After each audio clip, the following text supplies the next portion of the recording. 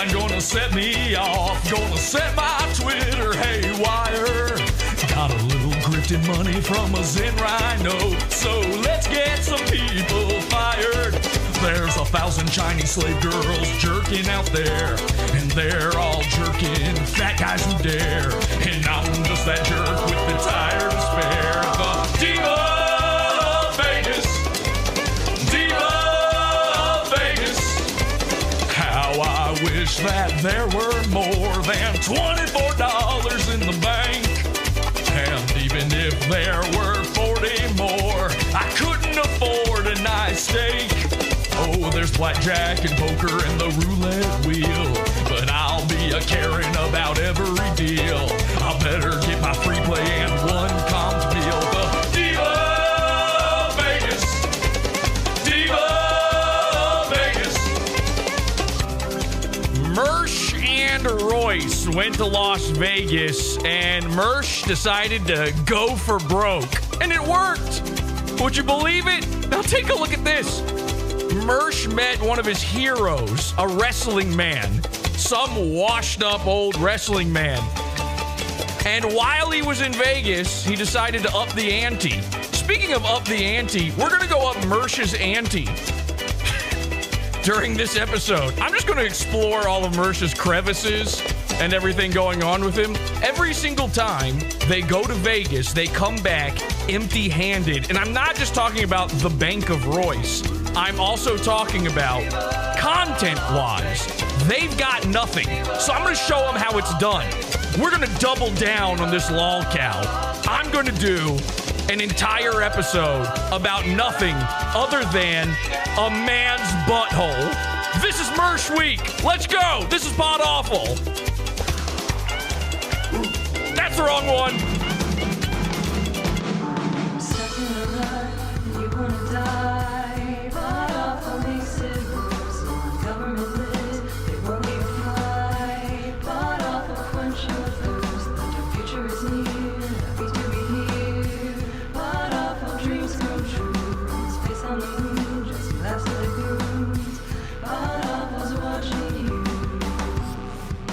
Okay, I gotta shut the door. I can't do this anymore. I can't fucking do this anymore, man. I can't.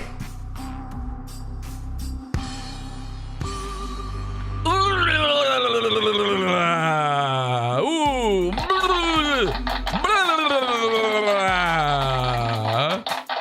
I have autism. I can't help it. And of course, before we begin, I would, of course, like to do a land acknowledgement to the Lenape people out there. The Lenape, who, of course, murdered dozens and dozens of Indians before them, but they were originally here on these lands of Las Vegas. Thank you to the Lenape. We are live. Hi, I'm Jesse P.S. This is PODAWFUL. Happy to be here, of course. We're live over at PODAWFUL.tv, PODAWFUL.com, PODAWFUL.pizza, awful.tube. Hit subscribe. Check it out. The live chat room is going on over there. My goo. What does it say? What are they saying? Ha, ha, ha. They say in the chat room.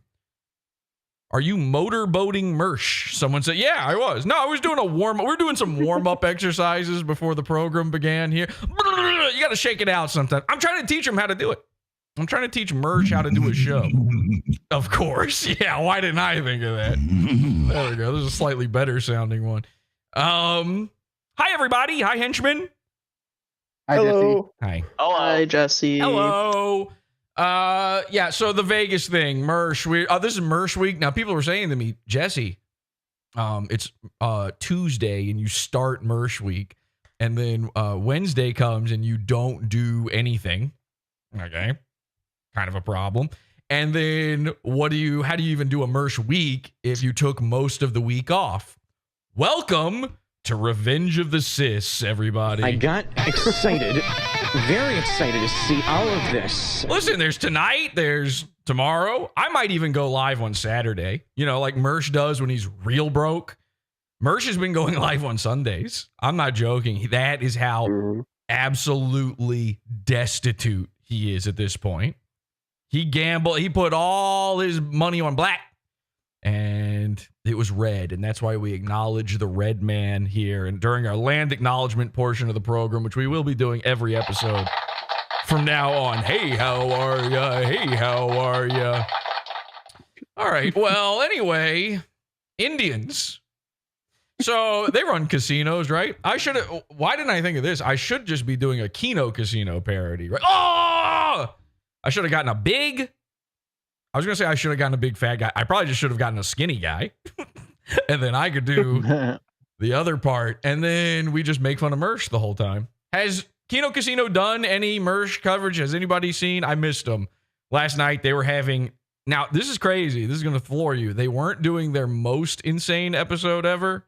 They were just doing an insane one. I actually had to clarify this on Twitter earlier or yesterday. I said, what did I say to these guys? Let me go check my Twitter real quick. Because it was, I got the notification. I see their tweet. They say, oh, yeah, he said, tonight on an insane Kino Casino. I said, on an insane Kino Casino? Are you sure, Andy, about this one? So I replied, is this one just an insane episode or the most insane? I need to know before tuning in. I never heard back, which is kind of a problem. And so, unfortunately, I didn't tune in because of that. I needed to know for sure if it was the most insane or I couldn't tune in. Has anybody seen it? Have they covered any of the Vegas Mersh? I know people are talking about this Mersh stuff. There's a mystery going on. Do you guys know about this? There's a mystery. Yeah, I've checked r/Mersh. Ooh, there's a lot. People are wondering. We talked about it a little bit at the end of the last episode. Mersh got up and there was an entire speaking about divas, by the way, Mersh is such a diva. It's crazy. When he came back from Vegas, in Vegas, he's a diva. They make they're taking photos of everybody on the plane. Royce is taking his upskirt shots. He's got a mirror on his shoe and he's just wiggling it under dudes' dresses to see what he can see.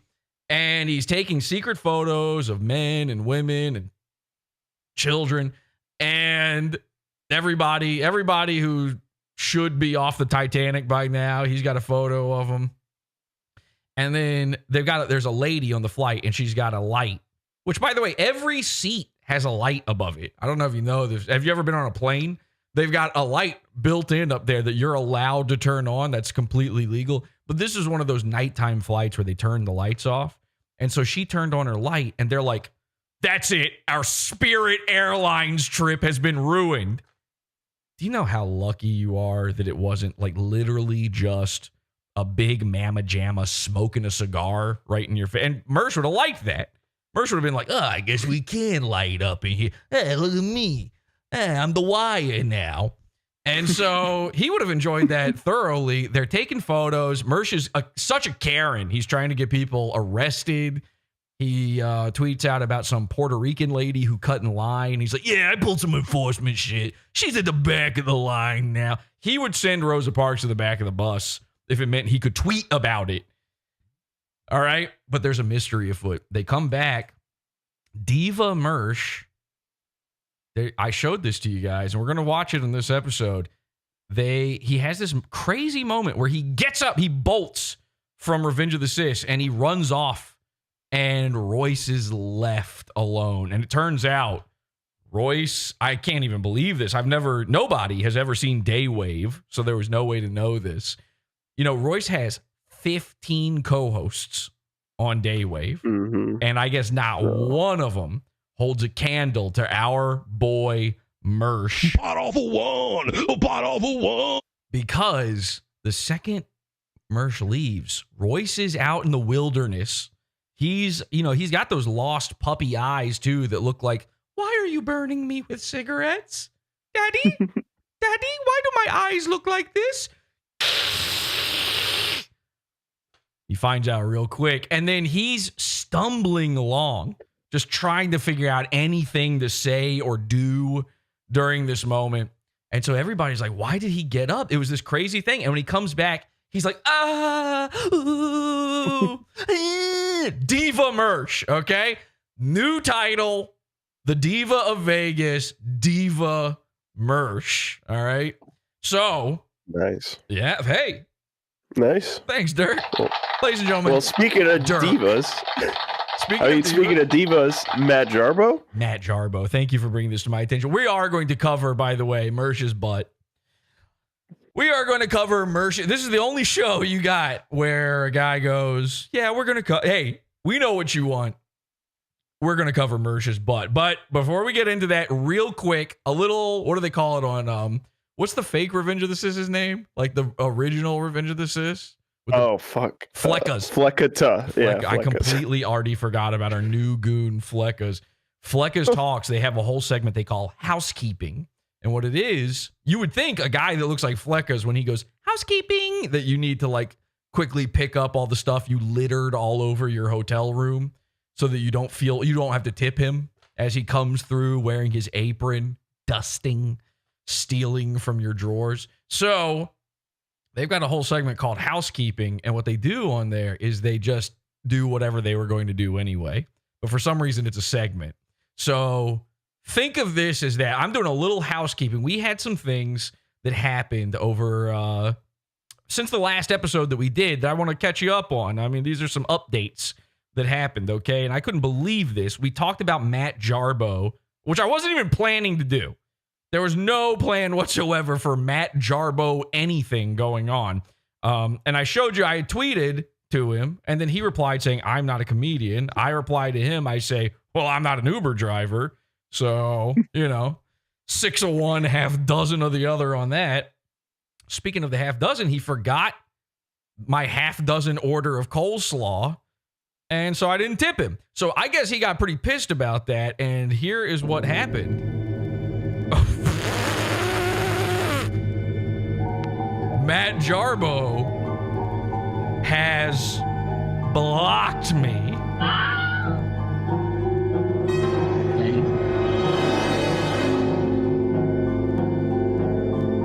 I did not mean for that music to start playing, by the way.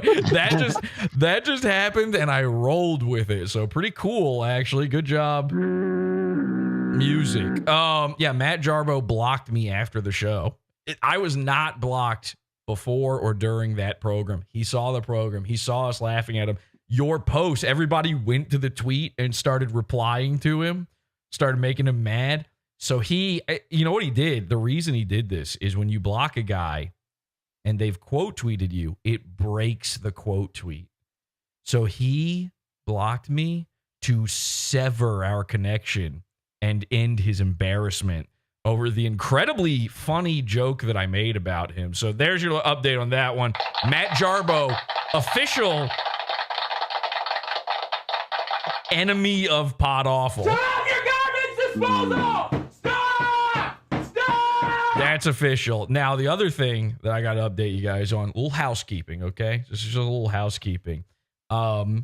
Nick Rekieta, we've been going over... In fact, here's what I would like somebody to do. Could we get... We've covered Nick Rekieta's big gay tattoo, okay, for a long time now. We've done 3 different episodes, including tonight's episode. There are 3 segments with Nick Rekieta's tattoo. Could somebody clip this, what's about to happen here, and all of those and put them out as one solid Nick Rekieta tattoo chunk video? Because here's what's happening. So Nick Rekieta gets the gayest tattoo in the world. We cover it. Mersh covers it. I agree with Mersh. I think Mersh said something very astute and funny about it, that it's actually more embarrassing than every other thing he's been through. And it's true. He got this Arizona iced tea tramp stamp, but on the front. He got a cum gutter tattoo. Basically, it's a target for the guys he brings home for his cross-eyed wife. And remember, I believe Ape is out of the picture now. So there's none of this like, oh, actually, he's the fucking boss, man. Oh, my God. You kidding me?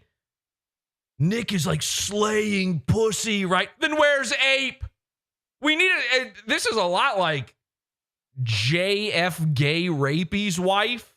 We need to put out a search party for this. Where's Ape? We have to find Ape. I'm telling you, there's something nasty afoot going on when it comes to April Imholty. She's gone.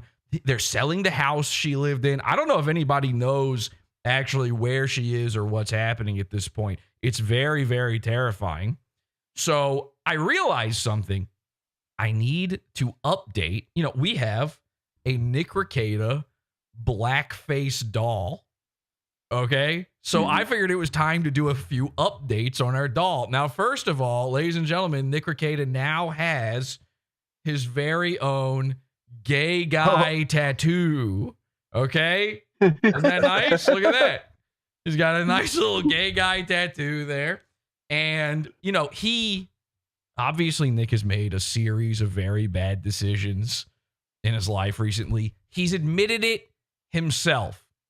Unfortunately, he only got a little slap on the wrist when it comes to his legal troubles. So I figured to commemorate everything that's going on, including the incredibly bad decision of his cum gutter tattoo, we would also update the voice line when you squeeze him. Let me see if I can get this. I made a shitload of really, really bad decisions. That's an actual quote. That's him saying it. That's 100% real. I made a shitload of really, really bad decisions. That's unaltered, by the way. Very I know nice, very funny. I know it sounds like I sped it up and made him sound like a little cute blackface doll, but that's his actual voice now. It turns out when you get your cum gutters tattooed, it does something to your vocal cords to make you a bitch. Okay, bye. Huh? The doll. What? I'm getting pegged by Lady Rackets. Yeah, we could probably add that one too. You know, maybe we'll have a whole series of things where it goes through several voice lines and stuff. Anyway, all right, that's our update. Now, let's talk about what everybody's really here for. Mersh's hiny hole. Okay. This picture. What a picture. What a photo. This one floored me. In fact, let me just throw this up here so you can really take a nice hard look at that one. So I could not believe it when I saw this. Now remember, they go to Vegas. It's a mystery. Why? Why are they going? Is it are they trying to get their Rumble deal back? They're always going to Vegas to meet up with the Rumble guy. They've said nothing. I don't know. Has anybody heard anything? Has anybody heard them officially state what they went there for? Deacon, the gun show. The gun show. So we talked about this a little bit. They went to a gun show. It's just is it an expo? Urquit, you must know. Is it like an expo kind of thing? Yeah, it's called SHOT Show. It's like an industry where they, release all their newest guns and try to hype up sales for the coming year. Okay. So it's not really, like you can't actually buy guns there. And you can't shoot guns there, obviously. They're inside, the Bellagio or whatever. So, although if they were at Mandalay Bay, they do have shooting events surrounding it, but yes, they do. There, if you go to a country music show there, then you could do a lot of shooting events. You can get really strong. By the way, every time Royce goes anywhere, ROTC, they go anywhere, he's posting, I'm going to the gym even while we're on vacation, videos and selfies, and making you look at his disgusting, dirty pile of laundry being, his flesh, his extremely lumped flesh, his cornered head. He takes these photos of himself and makes you gaze upon his stretch marked visage. He's totally. It's even worse when his wife is with him. Well, but of course she wasn't. His wife. We're doing the Royce episode's fucking happening. You know what? Saturday, maybe Saturday. Is that MERSH week though? Maybe we'll save it for next week. I don't know. We're doing the Royce episode because what happened with Royce's wife stays with Royce's wife because it did not happen in Vegas. It happened in Florida, and lots of things are going down over in Davenport, which is of course where Mersh used to live, both literally and figuratively. So anyway, they go to this SHOT Show thing. Royce, all that comes of it, which what content could you squeeze out of it? I guess you can do sort of like a man on the street kind of, talking to guys with a microphone, trying to be funny in some way. But that would require skill, talent, time, thought. All things that Royce, Mersh completely lack. There's no Mersh, Mr. Gun Guy, Mr. Pulling enforcement shit in the TSA line on Puerto Rican women. There's no footage or photos of him at the gun show.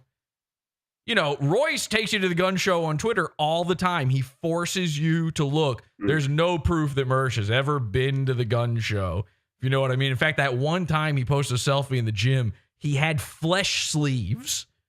Literally, his skin was melting down onto the rest of his arm. It was one of the most bizarre things I've ever seen in my entire life. What was I going to say about it? Oh, no, I was saving that. I want to save that. The Royce in the gym thing. Yeah, let's not talk about that. So they go to this gun show thing. There's no photos of it. There's other than Mersh taking photos of like, shit, I'm losing at gambling, or sending out his QR code so that people can rescue him while he's in Vegas. I think he took one photo of himself just sitting there playing. He was doing sports betting. He lied about this. He came back and said, oh, I don't do sports betting in Vegas. Like, when you're in Vegas, you don't do sport. You know, just spewing nonsense. There is a photo of him sitting there watching the game. I don't know what game. I don't even know what sport it was. It might have involved a horse. It also might have been football. It could have just been a screen where they were viewing Royce's wife in her attempt to be a bodybuilder. I couldn't tell the difference between the flesh of a horse and the flesh of Royce's wife.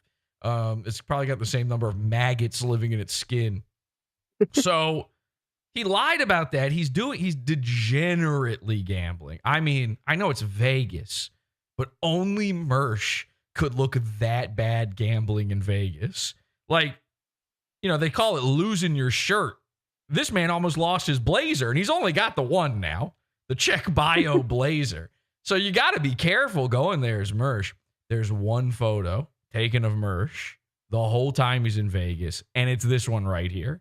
Okay, one reel, somebody else took it. He's posing for the camera, and you might think this is not a pose for the camera, but it is. It secretly is a pose for the camera. And to talk about this photo, we're going to need to actually talk about a few other photos. Let me go to our ROTC Vegas 2025 trip thread. Okay, because we're insane people. Now, one photo was taken of Mersh. Let's see. Can I open this up? Yeah, there we go. One photo was taken of Mersh before the trip. This is not it doesn't count. Again, most of their content happened on the plane or in the airport. That's not a Vegas trip. And this photo was taken by Royce Lopez. This was tweeted out. Royce said, I just want to thank the lady who made our already terrible Spirit flight. The excuses he gave for them going on Spirit was so unreal. They came back from, you know what, I'll play it later. We'll play it later. He's got every excuse why they didn't go. Our already terrible Spirit flight worse by deciding to use the most powerful light in America to crochet in a pitch black plane while people are trying to sleep. And by the way, it really looks like you guys are sleeping. Mersh, meanwhile, is like on his fifth free drink. You know, they somehow worked out a deal with Spirit where they're allowed, as long as they tweet out complaints about Spirit Airlines, the only kind of advertisement that Spirit gets on social media is complaints. So like, yeah, if you say something bad about one of the passengers, we'll give you a couple free drinks. Look at Mersh. Really? His stupid gay little head turn he always does. Exactly. There were people in the comments on this going, is that you? Is it Mersh? Is that you? I thought that was like, I don't know, somebody brought on a crash test dummy and like overinflated one of those CPR dummies or something like that. I thought that was a woman. I had no idea. People are still, to this day, completely confused by Mersh's visage. The taxonomy of whatever's going on with his body is so bizarre that they can't handle it. Now, obviously, this is very low light, but you can, of course, make out all the key trace details going on there. And on my screen, it's almost unreadable. However, let's bring out the telestrator. Ladies and gentlemen, it's time to straight. Okay, so is this gonna... With Mersh? Impossible. I know. All right, so there we go. All right, that works. Forget that line, though. Let me just give you the Hitchcockian profile of Mersh. And by the way, shout out to Ray is happy. I'm stealing his art for the thumbnails for this week. That's not me drawing that stuff. That is Ray is happy on Twitter. He's actually, I'm not joking about these lumps I'm putting in here, by the way. These are all present in the photo. It's actually sickening and bizarre. I don't even know what's going on down here. This just kind of keeps going into its own business. So this is Mersh's entire human body. This is what he looks like. By the way, this little thing on his hat, that's built into his head. That's actually part of him. And then this is strange. Buffalo hump. Buffalo hump. Ladies and gentlemen, buffalo hump Diva Mersh. Okay. So Ray is happy. I'm stealing his entire fucking thing right now. Unfortunately, I am stealing all of his art. I'm sorry. There's nothing that can be done about it. I am going to steal it. Now, here's the deal. I'm happy to compensate you for, unlike Mersh and Royce, I will compensate you for your art, but you do have to defect. Sorry. He blocked me. He blocked me on Twitter. He's very talented, but he is so taken up with these guys in a way that is unreal. You couldn't believe it. If you went through every day, he's drawing 4 new drawings of Mersh, but nice ones, like complimentary ones where I'm having to alter his art slightly to make Mersh look worse. He's good, actually. He's very good. Actually good. If you defect, I will make you the PODAWFUL thumbnail Mersh artist. I will pay you for it. I will legitimately do it. Otherwise, I will just be stealing your art, and there's nothing you can do about it. Okay, so here's Mersh. Now, presumably, some of these dents on this side of his head are his lips, but I don't know what the other ones are. There's like even half of one right here. He's got sort of a gullet. All right, I think this is chin. I think we can confidently call this chin. But then there is what I would call the supra chin, which is a chin that is even more chin than the original chin. What's that thing chickens have? It's the chunt. Like under their beak? Their waddle. Yeah, he's got a waddle. Well, that's what he did when he saw Baked Alaska, too. He waddled away. Waddle. And then, of course, he has an under tit lump very similar to Ethan Ralph over here, which is very interesting. He might have 3 tits. We have previously seen his naked gut, and he did have a big sort of C-section scar in it. It was a bizarre, I don't know if he gave birth or what happened there. It was very strange.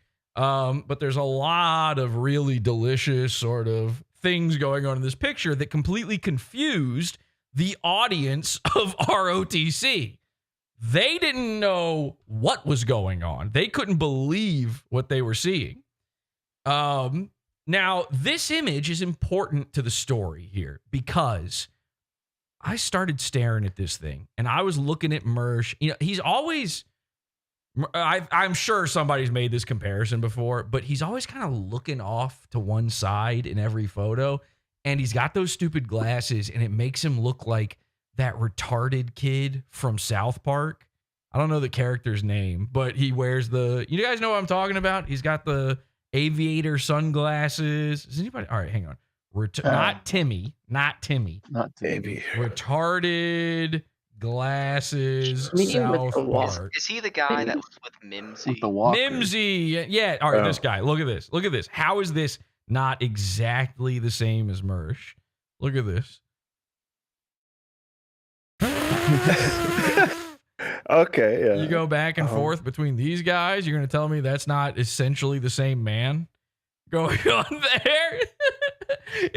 Look, this is the South Park character just looking off to the woman crocheting next to him on the Spirit Airline flight. Again, definitely he did not that the to first. Lenny in real life at the bowling alley. He gave him a side look, if you remember. Yes, I do remember. He always, every time a photo is about to be taken of the man, he has to quickly turn his head so that you don't see that he's cross-eyed. Now, the irony, of course, is you do anyway. You can see that he's cross-eyed no matter what. He can turn his head all the way around Exorcist style, and you can still see it. I'm not fucking kidding about this. Look at this photo. Technically speaking, you can see maybe, I don't know, 1/8 of one of his eyes. And you're going to tell me that you wouldn't instinctively know that that's a cross-eyed man the second you look at that? I can see it from here. And by the way, I do apologize for playing a crashing sound while we look at an airplane. Of course, our hearts go out to the victims of the pilotless black helicopter from the CIA airline crash. All the robots who died in that one, all the AI, we salute you. I'm so sorry about your loss. What were you saying, Trevor? You said something real quiet, and I couldn't hear you. Nah. Okay, well, I'm positive you did, so this is much more awkward for you to just say no. Invent something right now. Quick, go. Oh, I can see his cross-eyed from here. Thank you very much. I've got a point. You know how he's complaining about this lady, disturbing everybody's flight because it's dark and his smell. You're going to say his smell. Obviously, the smell of these men. Well, that. And, do you remember what we watched the other night on when remember what he was using other people's content on Nightwave? Do you remember what he was watching? And he told a story about what he was doing that whole flight. Okay, so the other day we were stream sniping Mersh. By the way, this stream is now back on YouTube, so you can go back and watch that if you missed it. We stream sniped Mersh. It was really, really boring. He was watching other people's content. No, I don't remember what it was now because, and I have to emphasize this, it sucked. It did suck. It was pretty bad. But if you'll remember, we were watching the martial arts guy who would pull a weapon out at the end, and yes. and he said he was busting out laughing on the middle of this flight, and that he was disturbing all the people around him. Look at the photo. He's got his phone out. You see it there at the bottom? You're right. He was talking. I don't know. Go ahead. I'd rather have a little light in my peripheral vision than hear Mersh fucking guffawing every 20 seconds or whatever. That light, by the way, on a dark flight, you close your eyes and that light is gone. That's less light than what would. And she could have used the overhead one, and that would have been casting much more light at you. And also, and this is going to floor these guys. They've never even thought of this. You are allowed to go, I don't want to be a bother at all, but if you could just turn the light a little bit, I just got to get a little sleep. Do you mind? You just be real sweet about it like that. But they're incapable of it. These are mutants. This is like getting on a flight. By the way, a Spirit Airlines flight. So everything is already too terrifying. Obviously you don't want to contact anybody. But imagine you sit down. You're on your flight. You're like, okay, I'm going to crochet. I'm a normal person. And then the fucking Toxic Avenger comes and sits down across from you. You think that there's not a tweet out there somewhere from this woman sneak-shotting these two gay lords and going, you're not going to believe this. I just sit next to two of the smelliest, mutating slime balls I've ever seen. They were literally melting all over each other. One of them kept going like this.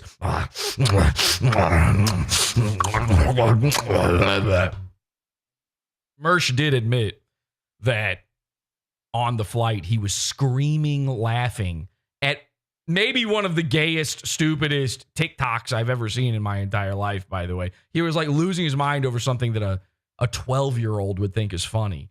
And it's everybody else. It's everybody else. So I'm staring at this photo, and I'm looking at every lump, and I'm looking at every crevice, and I'm laughing and laughing and laughing. I can't believe his side profile. It's so unreal.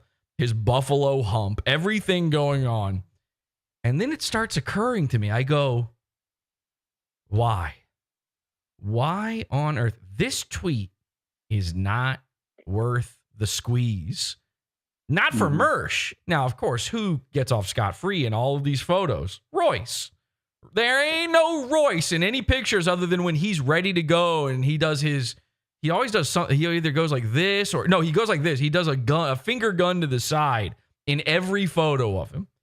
When he's ready for a picture, he does this, and he's got the same stupid, dumb, lost Chinese guy look on his face.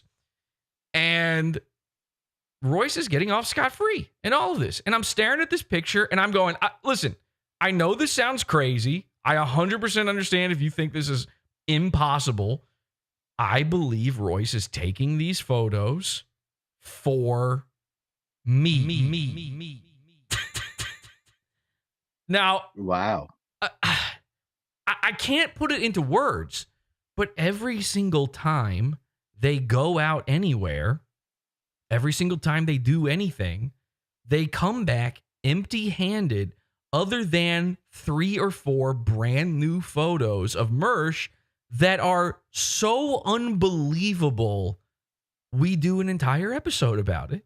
And when Royce is going out to Vegas, he's going out there to do secret, satanic, gay guy, cuck chair stuff.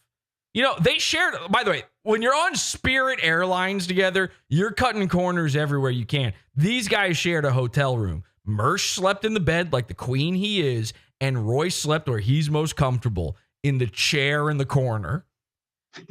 So I truly think that Royce is like either, I don't know if he's giving me a gift. I don't know if he's trying to appease me so I don't do the Royce episode. I don't know what it is. He's just trying to draw. I think it's he's got a homing missile coming from him, and it's called PODAWFUL. And he's trying to take a little heat and go throw it that way and track it over there, and it's fucking working. So good job, Royce. You got me. You're safe for another day, but your day is coming. We will run out of Mersh stuff by the end of the week here. So this picture, it starts clicking in my head. I'm already thinking, if Royce takes another photo of this guy and it's the stupidest looking thing I've ever seen, then it's guaranteed that he is now communicating secretly with me personally. Royce is basically the #1 contributor to PODAWFUL. And then wouldn't you know it, the stupidest fucking picture I've ever seen in my entire life of Mersh is released. It's happening. Royce is our man on the inside because of course he is. He's always the man on the inside.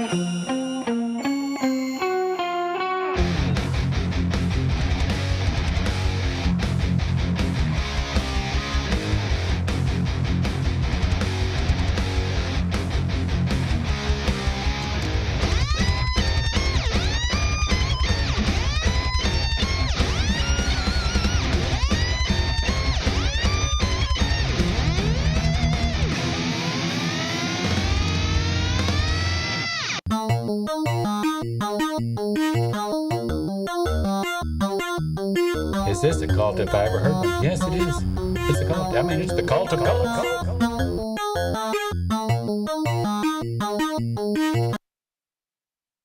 All right, there we go. Sorry, I muted myself. You can join us here on the show if you'd like to call in. PODAWFUL.com/cult is our Discord. Jump in the call-in channel, and we will take your call. We also have a great comment in the chat right now. I got to read this one. Somebody says, this is like Cumia on Twitter type photography. That is the one Anthony Cumia reference I get, and I 100% agree with you. Thank you for that. God's favorite, the David Guerrero. And of course, we do a land acknowledgement to you, David, and your people. Porcelain. Porcelain is in chat. Porcelain should jump in here. Let's get Porcelain in here. Oh, Come on, Porcelain. All right, we got a few. I thought. Go ahead. I thought Marie was used to having a man inside. Yeah, listen, I'm not saying that was the best outro. You know, I'm not saying like I could have done a better segue for sure, but if you don't think about it, you laugh and you move on. Deacon Blues is calling in. Hi, Deacon. Hey, Jesse, how you doing? I'm good. You got something to add? Did you want to look at Mersh's little twat? Oh my God. I just realized he has a back twat That is so insane. Fuck. That's crazy. Sorry, audio people. Mersh became a dite beast. A faux pois? Did somebody just say a faux pois? This is the It's like a fupa, but on the back. I love faux pois. That's official. That's you're in the lore. That's what this is. Mersh, I'm going to describe this in grave detail for the audio only listeners in a second. All right, Deacon, what did you want to say? Well, I know this is the Mersh segment. Yes, and I know you're underwater. Is there something wrong with my Yeah, mic? something. All of a sudden, you sound very bizarre, like you've been eating out faux pois. You sound like you're on a Spirit Airlines flight. You're fine. We'll fucking power through. What do you want? Go ahead. Go ahead. You good? Yeah, yeah. I know that's right. Does that fix it? Does that fix it? Yeah, you good? Yeah, go ahead. Yeah, All right. yeah. All right. Yeah, I know Kiki. Yeah, she in my boot. Yeah. Well, I know this is the Yeah. Mersh episode. Yeah, go ahead. Yeah, you Did good? just Yeah. declare Matt Jarbo an enemy of PODAWFUL. True. And sometime in the future, I don't want to derail this episode any more than you need to, Mhm. but sometime in the future, when you want to strike out at your new enemy, Matt Jarbo, I have information that he would rather the internet forget. Just like he forgot the password to his old YouTube channel and thus cannot delete the information himself. Okay. Yeah. All right. You've teased me too much. I got to know a little bit more here. Well, he released a manifesto. I think I remember something about this. Yeah, that's right, man. Goons and manifestos are crazy. I wish I had known this during the Manifesto Destiny episode. All right. So he put out what was the manifesto? It was Matt's Open Address, a 4-part video series on his defunct, forgotten channel called Irrational Hatred. I would prefer Matt's open address to just be him doxing himself, but go ahead. That's about it. I mean, here's the link. I'll put it in the right. show discussion chat for you there. There's the first episode. Jesus Christ. It's It one says of 4. Deal with it right in the thumbnail. Deal with it. You know he's serious. All right, we're gonna watch a little bit of this because I feel like I gotta. Hello, not the. Oh, it's in one channel too. It's not even. It was recorded on a phone in a parking lot. All right. Or he says he bought a voice recorder. Hello, I thought, people is of what he YouTube. said. So it says Matt is commenting on his opinions of the world and how he thinks things should be done. Nice. Fucking idiot. How he thinks things should be done. Deal with it. That's so awesome to end a sentence that you fuck up with deal with it. People of the internet, people of the world, people of America, people all over. I don't know who's going to listen to this message, and part of me doesn't care. Part of He me sounds like a little baby. is just looking for a way to talk. Well, I mean, I assume this is a much younger Jarb. This was 15 years ago. 15 years? Wow. Yeah, this video is so old that certain goons aren't interested in it anymore. Jesus Christ. I mean, PODAWFUL is just getting its baby legs at this point. And, well, frankly, if you're going to listen, then that's great. If not, that's fine too. Oh, the one ear. I've been thinking about doing something like this for a while, something where I can voice my opinion, but I didn't want to write a blog, and I didn't want to Is do he just going to start screaming the N-word or something? Because I can't. No, that would be funny. Yeah, oh, okay. And I didn't want to do a vlog about this, primarily because I did do a blog. I did a blog every day of my life for a year. God. They literally made Uber Eats driving for guys like this. Like, that's a busy work, babysitting job. The government came in and said, we need to give idiots something to do so that they can just talk alone in their cars to themselves. Really time consuming, and video blogs or vlogs are about the same. So I bought myself one of these digital voice recorders, a $15 Christ, I don't mic. need to know this part. What is your fucking thought? So if you must refer to me as Matt. Matt is my first name. I won't tell you my last name. He sounds like Brian Allen Fortune. Yeah. At this moment in time. But my name is Won't give his last name. Matt. We'll never figure this one out. It's a mystery for the ages. And it's nice to meet you. Now I'm pretty sure you want to know. How unfortunate is it being a big fat nerd named Jarbo That's like you're just asking to be called the Hut. A little bit about me, and I'll give you some basics. I'm in my late 20s. That's what do they call like? I've seen they have a term for this now. I talk about this all the time, where it's like your name makes who you are. I did a whole, maybe it was an after show about this or something. Yeah, it was an after show. People were getting mad about it. I did this whole jag on that. They've got a term for this now, like predictive nomenclature or something like that. I don't know what the actual thing is. In Southern California. But you name a baby Jarbo, and like, he's gonna be 300 pounds minimum. I'm a writer. No, you're not. I'm an entrepreneur. Nope. Yes, you're a CEO of SoundCloud. I'm just an average person. And He's just a family guy. Yeah. Equate it to something political. Lucky. Then I'm an average Democrat because I just happen to. I was hoping this was going to be one of those things where you dig in and the guy was the complete opposite years ago. And it's very embarrassing to look at. He's just the same guy. This is the same. Towards that way.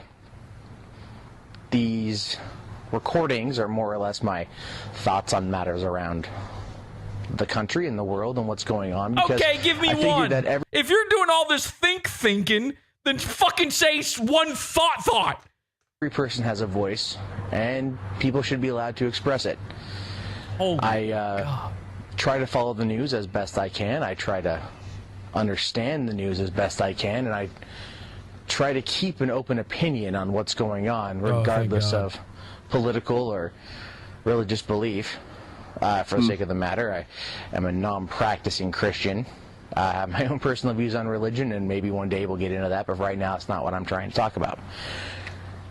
This is more of like an open address, an open letter, if you will, to the people of this country.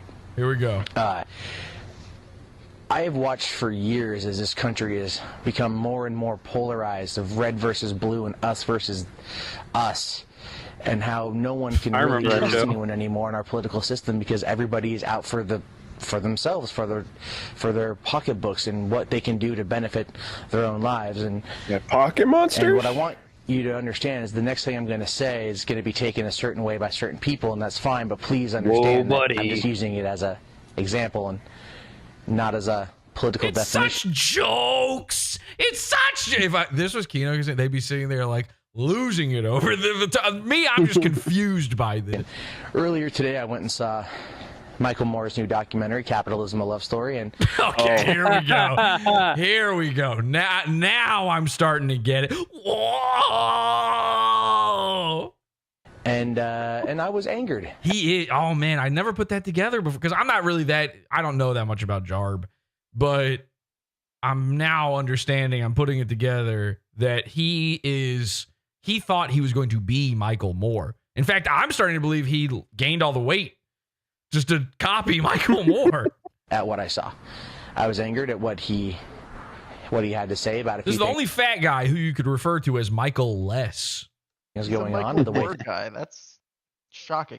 Things are run, but I also, as always, take Michael Moore with a gigantic grain of salt and not. Oh yeah, you do. Really worried. And a gigantic grain of pepper and a gigantic grain of ketchup. Much about the whole facts because, let's face it, the man hates George W. Bush and he openly admits it. So I look at the way things are going in this country and I look at how people are reacting towards one another, and I've come to the point of where I'm just angry at it now. I'm angry at it because people aren't understanding that it's not as black and white as they make it to be, and I'm not exactly referring to the color of a president. I'm merely saying that. Whoa! Wait a second. Are you allowed to say that on television? People either view it one way or they don't. Take, for example, this coworker of mine, good friend. I like the guy quite a bit. He came to me one day and he becoming said, a surviving episode. Yeah, this is bad. Honestly, Deacon, I'm flushing this. This stinks, okay? This blows. I hate. Does this go anywhere? I haven't listened to it in years. Oh, Christ. All right. Bye, Deacon. Bye-bye. See ya. Humorous username. You want to say some shit? I mean, you might have already seen it in the show discussion, but as you were talking about Ray Ray's art. He had posted stuff about the Spirit airline flight and even the exact photo. So you can look at his reference of Mersh for the the hump photo. Oh, yes, I forgot about this. Yeah, Ray, and this will give him a little shout out too, so that I can feel less bad about again stealing his art, something I normally would not do. But I do want to procure him for my needs. All right, so this is Ray is happy, our artist. He says it never fails at Gooning on Rumble at Hippo Juice Film. By the way, Mersh the other day did a stream called Goonicide, which is something he may commit soon. So, yeah, he did. Look at this. This is amazing. He did a drawing of the lady on the plane and also the woman crocheting. That's pretty good. He gave Mersh a jaw. Yeah, he's always a little too kind to Mersh, obviously. He also used the hat, it looks like, to kind of distract from the Mersh body, because he made the hat a lot more cartoony and big. And yeah, the hat goes further out than his belly almost. He really softened the blow of the belly there. But yeah, he puts here in the corner ROTC tunes. I don't know what he thinks is going to happen. They're never going to pay him they're never going to do anything. They're just going to steal from him if they... Actually, they're so stupid. I wonder if they've ever used his art for anything. I wonder if they've even contacted him and been like, do you want to draw something and we put it on a shirt? We'll pay you a little bit. As far as I can tell, I don't think so, because every once in a while, Mersh will be like, yo, this guy rules. Check out his shit. But that's it. Like, they never take the relationship any further. Does he show it on the stream? No, it's just... I don't even think he ever talks about it on stream. Maybe he did once. They showed this one. Oh, he showed this. Okay. All right. Well, yeah, so I think he's just starting to break in or something. They showed this one on... yeah, actually, I remember them showing this on ROTC now. But, all right, so one time they've shown his stuff. He is making drawings of... And by the way, he does Dick Masterson, too. He's fully in the Gooniverse. He's drawing all of our guys. His art is good. He draws them in a very funny way, by the way. It would take... the tiniest tweak to turn this from fan art into hate art. It's that close. And that's why you know somebody's a goon, by the way. The fact that when you can take someone's fan art and use the tiniest little bit of effort to turn it into hate art, that the only way that can even happen is if somebody is naturally laughable as a human being. And speaking of naturally laughable as a human being, Mersh's what did we call it? Foupois. His Hank Hill. Okay? Whoa. It's happening. Look at this thing. Stare into the hiny.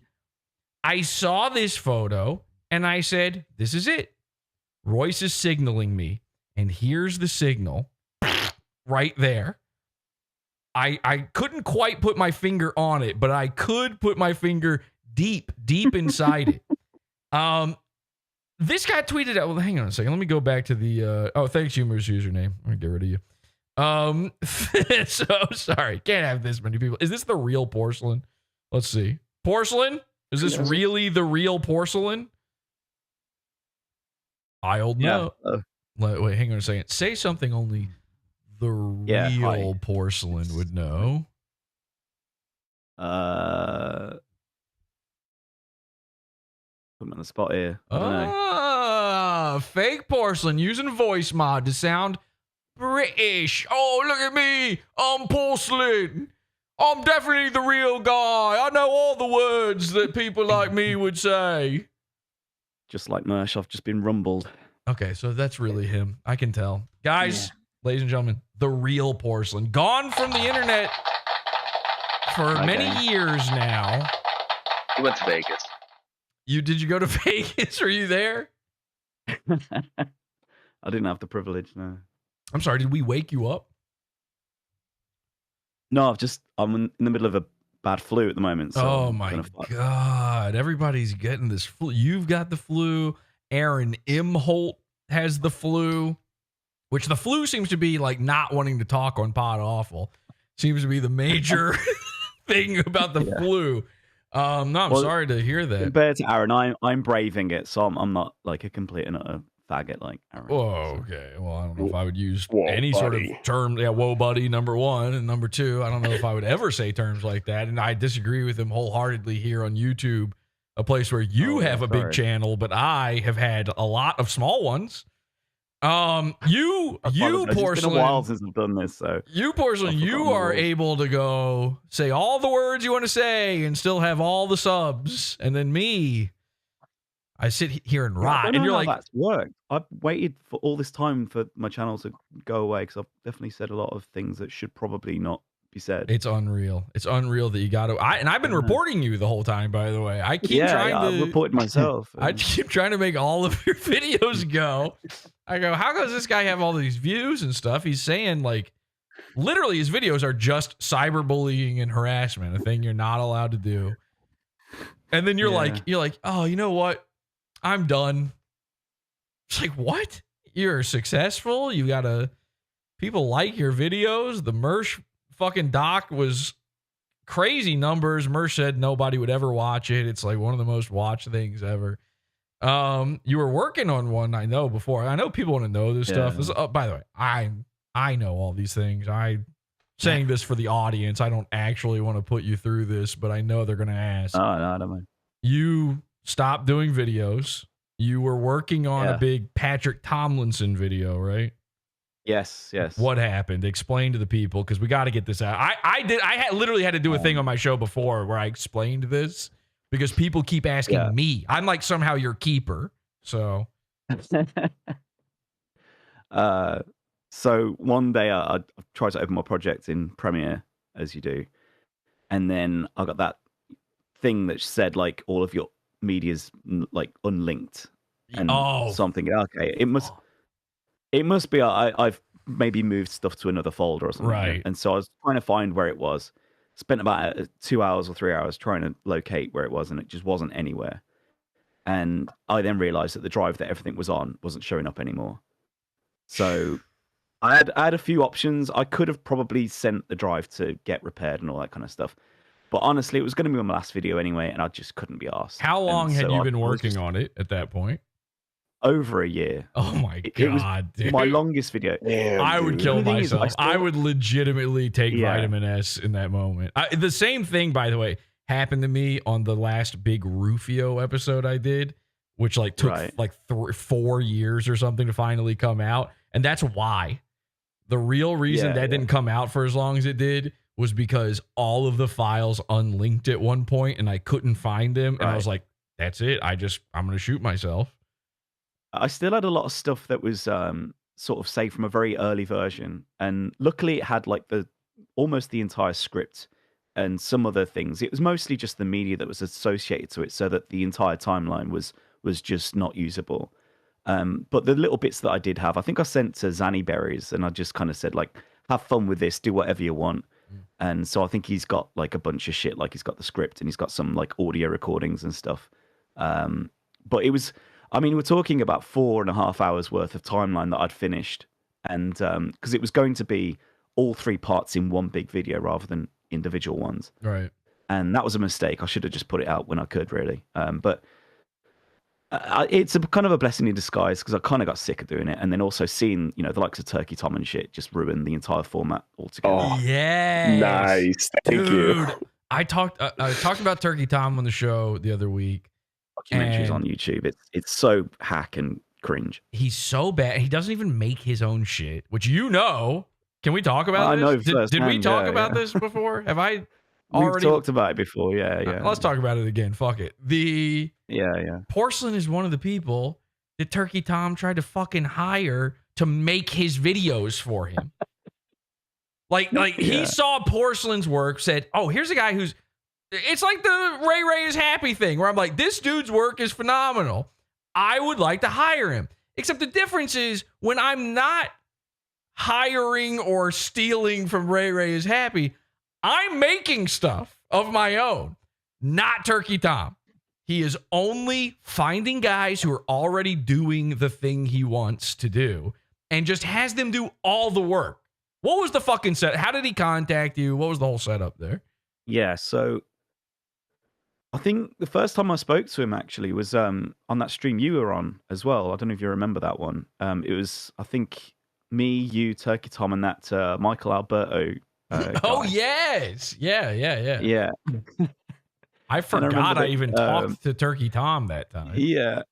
And one thing that was really revealing about that stream was that, like, because I knew what you're like, and I knew that you were going to come on and kind of make trouble and stuff, and I was hoping for that. And Tom is very conscious about, how what's being said on streams and everything, because obviously he's got interests and stuff. How he's being perceived, how he's being used.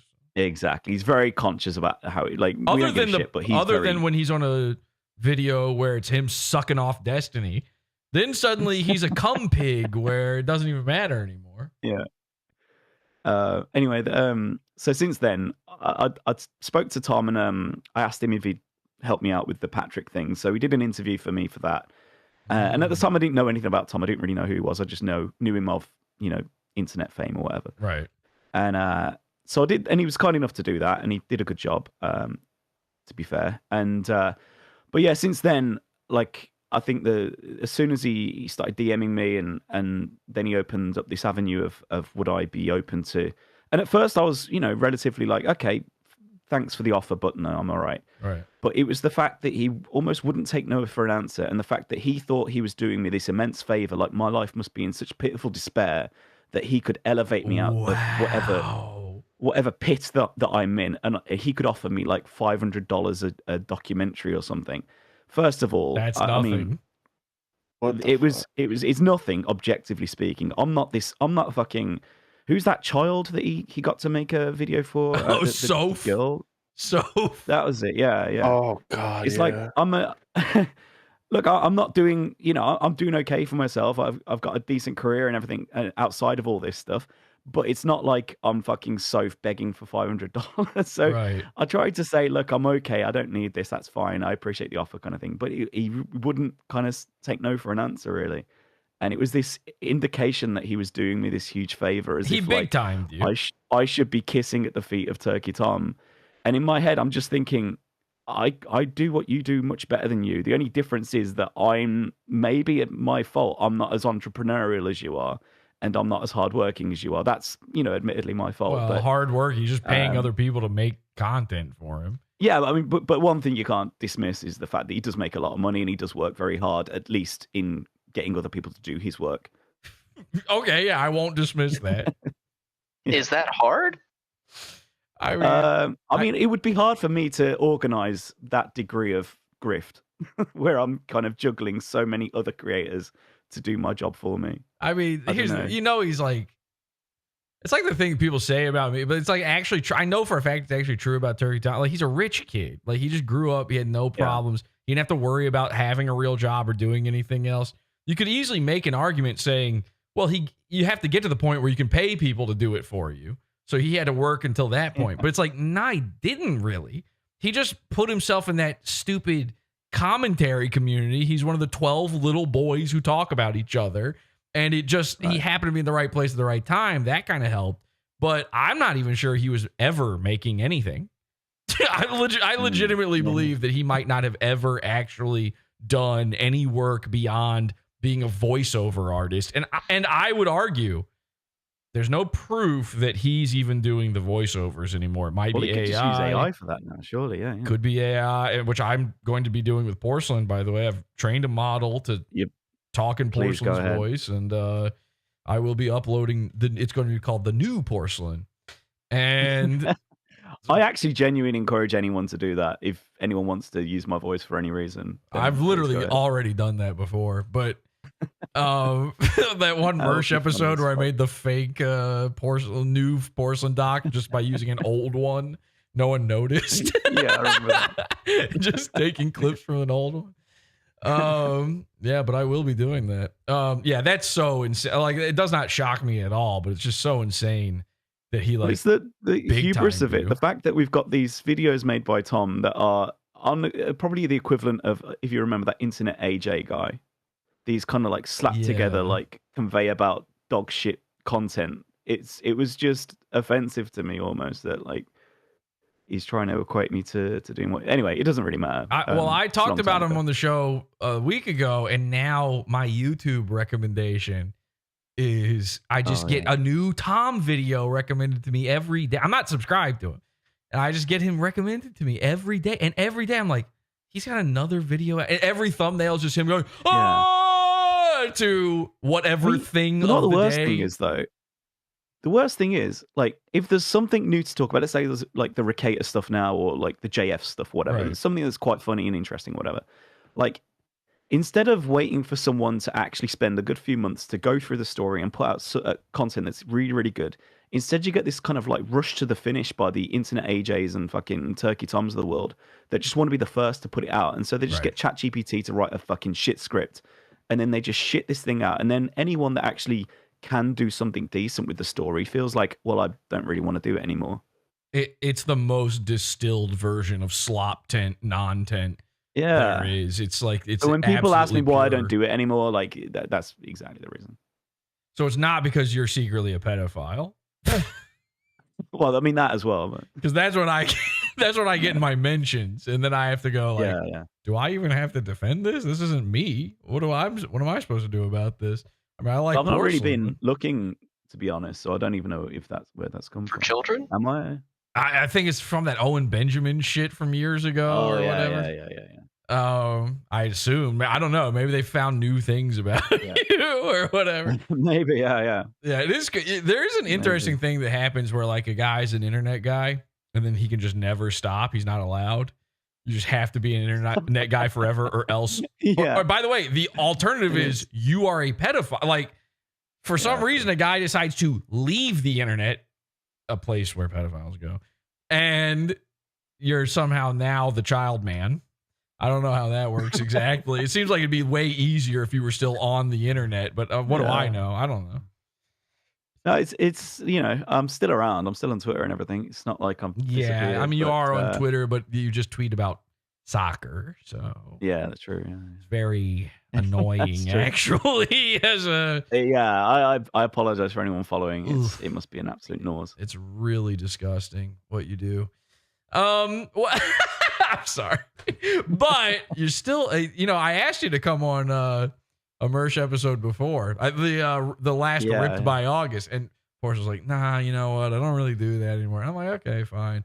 But you're still. I see you're still invested. I know you're still watching the Mersh. I mean, I watch I watch your. I mean, I don't watch a lot of things. I tune in to you religiously still, but thank you so much. Aside from that, not a lot. Maybe a little bit of Kino Casino every now and again, but I mean, well, they had their most. I don't know if you saw this. Their craziest episode ever. So yeah, you got to tune into that one. No, I think their craziest one's coming up.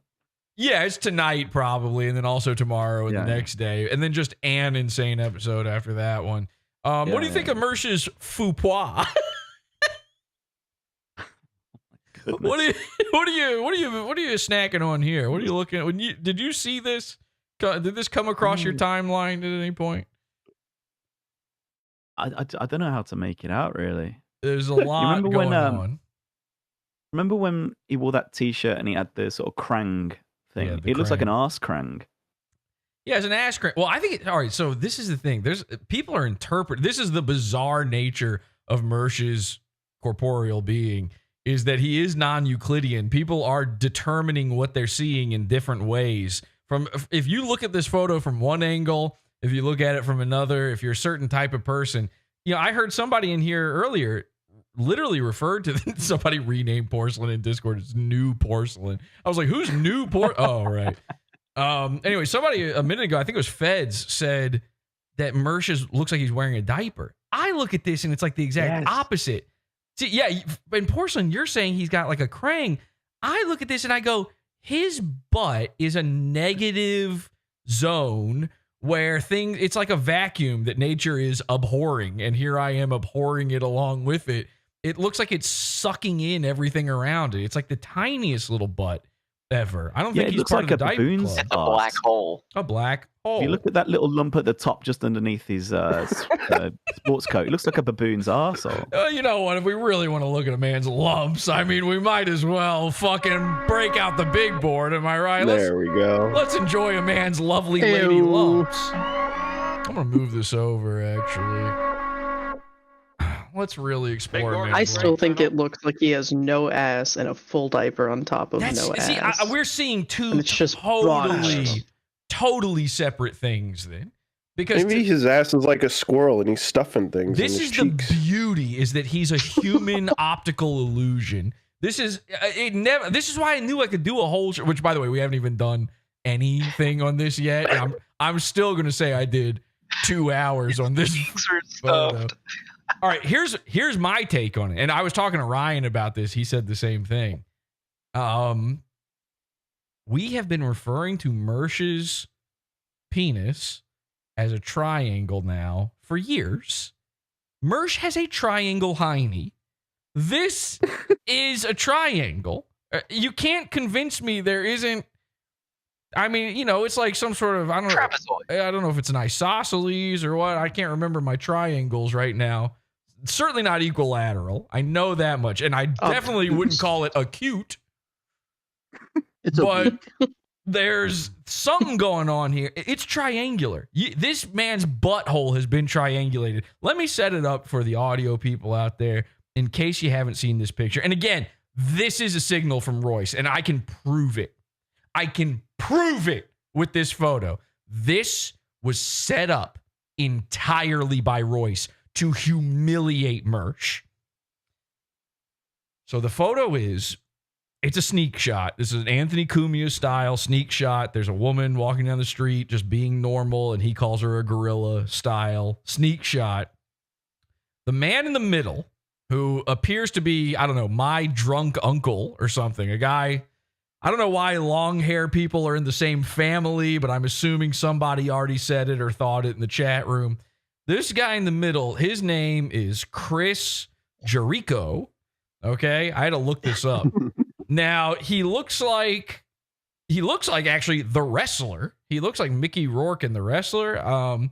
He sort of has a Royce style body going on, where his top half is big and his bottom half is real skinny. There's like a sort of reverse potted plant style body going on here.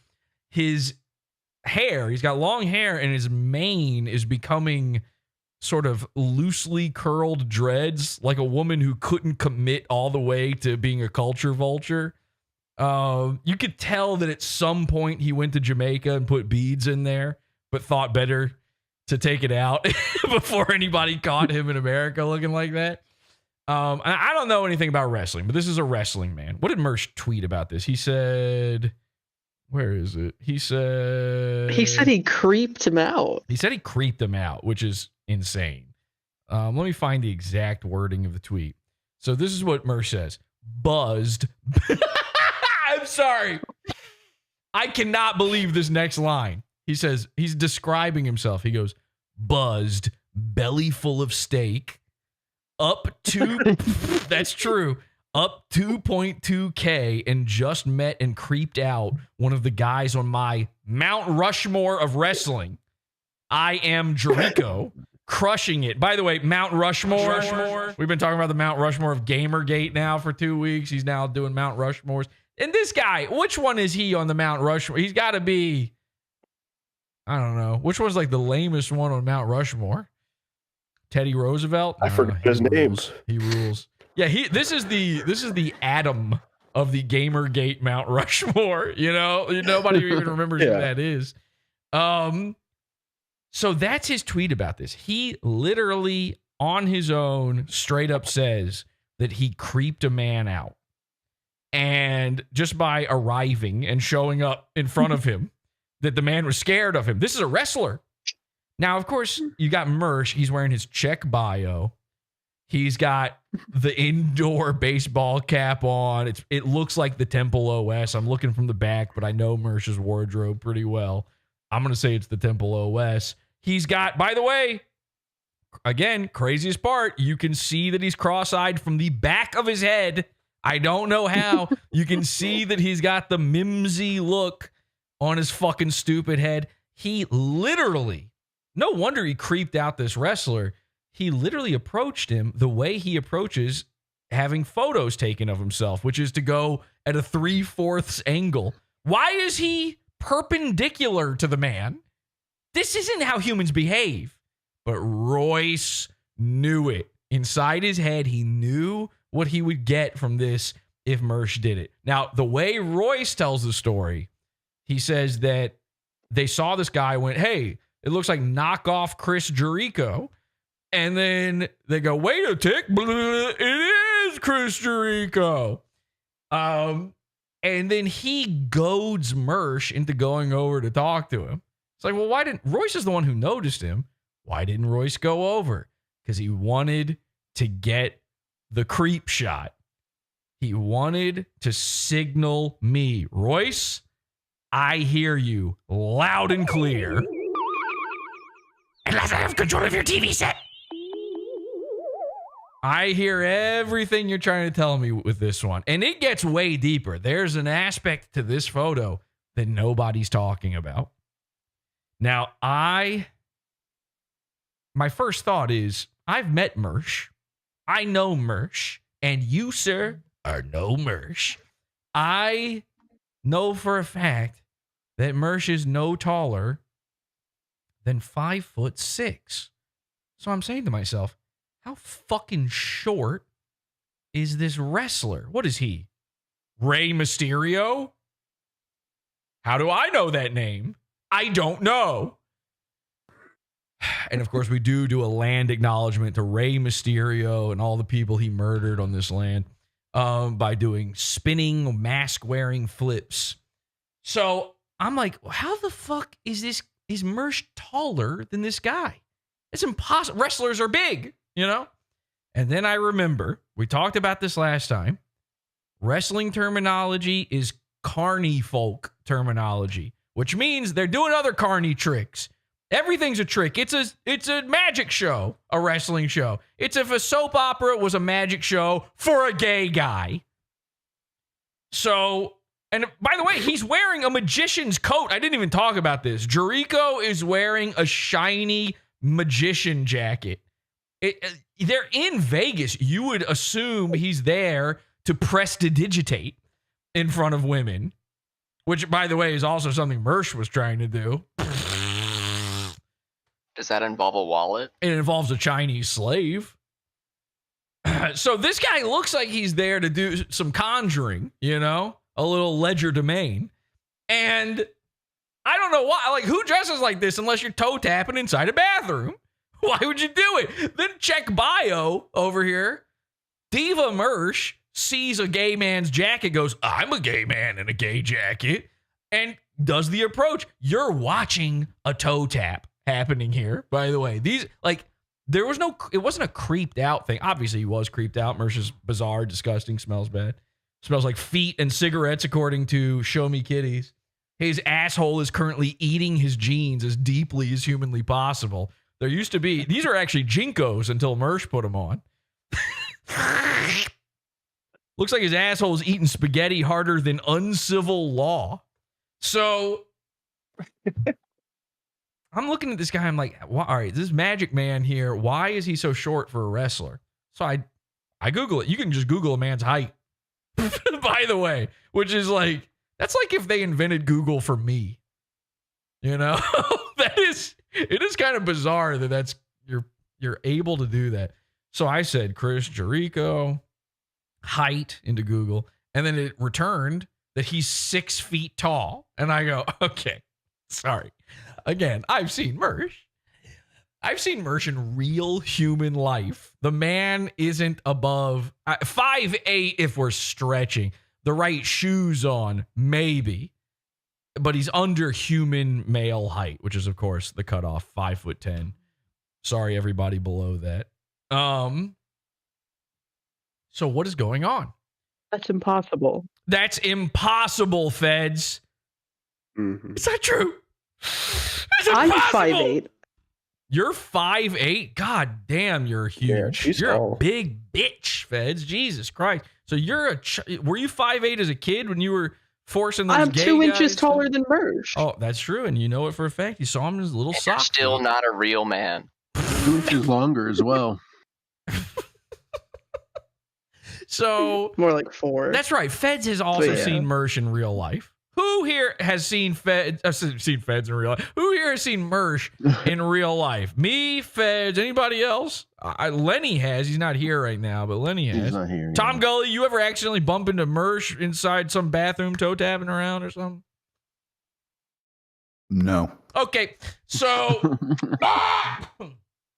so I'm like, what is going on? So I had to do, and this is disgusting. I had to do some Mark research. Okay, I did a deep dive into a wrestling forum, not a Reddit, not a Discord, a literal, honest to goodness, old school 2003 V bulletin board where wrestling fans are still congregating to talk about men doing a tap dance. So I'm reading, I'm researching, I'm going, what's going on with the height? Who is this tall? You know, and they're talking about all the tallest wrestlers ever. The Undertaker, and they start using this phrase. He's like, I don't remember if this is the exact phrase, but it was like legitimately build or something. They had like some sort of exact phrase for this where you've got certain wrestlers who, when they say they're 6'8", they're 6'8". The Undertaker apparently is 6'8". I remember they said Andre the Giant, the Big Show, all of these guys are legitimately billed at their actual heights. And then basically every single wrestler under 6'3", which this goes along with some of my other theories in life, by the way. Every single one of these guys is billed as much, much taller than they actually are. And in your head, you go, well, how is that? Because you must see them next to... At some point, this guy stood next to the Undertaker, and you had to have, in your head at home, gone, oh, he's a midget. What the fuck is going on? But I guess, it just makes the Undertaker look even bigger. Everybody on TV is big. Like, if you've ever really done any accounting of the way your brain works when you think of celebrities, it's like the way you remember your parents from childhood in your head. They're bigger than you. So celebrities are like giants. Like even the women in your head. I'm not joking. If you really think about it, and you're going to deny this, but if you really think about it, you have previously in your life imagined seeing like Angelina Jolie in real life, and she was bigger. You looked up at her. And this isn't like a celebrity worship thing, but you literally, when you go to the movie theater, are looking up at, 20-foot tall celebrities. It's insane. And this is part of the psyop against you, by the way. So why is this man wearing a Magic Man's coat? Well, because he needs to distract you from the fact that they bill him as 6 feet tall, and he is actually 5'6". So what's going on? Now, there's still a problem. Mersh is still much taller than him. And I've been saying Mersh is 5'6" for years. Feds is saying Mersh is 5'6" because she's 5'8". He can't be 5'8". He's shorter than Feds. So what's happening? Well, this is the sickness. This is exactly what Royce wanted in all of this. Let me roll this. I've actually just got this in a video here. Let me roll this back. Yeah, right there. Check this out. This is going to blow your fucking mind. Look at this. You notice anything? Now, the tweet cuts it off. This is the problem. The tweet cuts off Mersh's feet. So nobody clicked the photo to enlarge it. I did. I was looking over every detail of his anus. I was upping the ante. All right. I needed to see what was going on with the faux-pois. Now, I clicked it to look at the sucking of his jeans, to be honest. But then my eyes were led down, and I couldn't believe what it showed me. Mersh is legitimately on his fucking tippy toes. That makes so much sense. I see what you mean. Take a careful look. Now, I have lightened this photo to make sure that you could see it during the show here. So I want people to know that there's no hinky business going on here whatsoever. Here is the original, straight off of Twitter photo, unaltered, unedited. Let me see if I can switch it over. Here we go. This is the original one. I copied it, pasted it into Discord. Let me scroll it down. You can see it's a little darker. And look at those fucking feet floating. Now, is he on airs? Is he on Cloud 9 because he's meeting his Mount Rushmore magic gay man? His fucking, what's that guy's name? Ron, who played Hellboy? Ron Perlman. Ron Perlman. This guy looks like Ron Perlman as the Beast in Beauty and the Beast. Is he just fawning over a man and it literally lifted him up like if Royce smelled pie cooling on a windowsill? No. In fact, Royce knew. Royce knew that Mersh has become so self-conscious from PODAWFUL, constantly dumping on him and telling everybody he's short, that now every single... And I've been saying this, by the way. I've been trying to explain to you that we keep seeing photos where Mersh is like suddenly much, much taller. Royce is a midget, by the way. Royce is shorter than Chris Jericho. He's shorter than his own wife. It's absolute insanity what's going on with Royce and his wife. So we keep seeing these photos where Mersh looks almost human sized, not human proportion, obviously I just mean in height. And I've been saying, I know you're not going to believe it. He's either wearing lifts or he's on his tippy toes. We finally got the proof, and Royce sent it to us. He wanted the world to know. He knew Mersh. He told Mersh, I'll take a picture of you with him. Just go over there. And instinctively, Mersh didn't think he was going to take a vertical. He thought this was going to be, landscape mode. He didn't know we were going for a full body portrait. And so part of the reason his anus is sucking in denim right now is because he very quickly shot himself up. He must have walked up to this guy who his whole life, Mersh is basically a child believing in Santa Claus with this wrestler. He's thought he was 6 feet tall this entire time. And he sees him when he's sleeping. He knows when he's awake.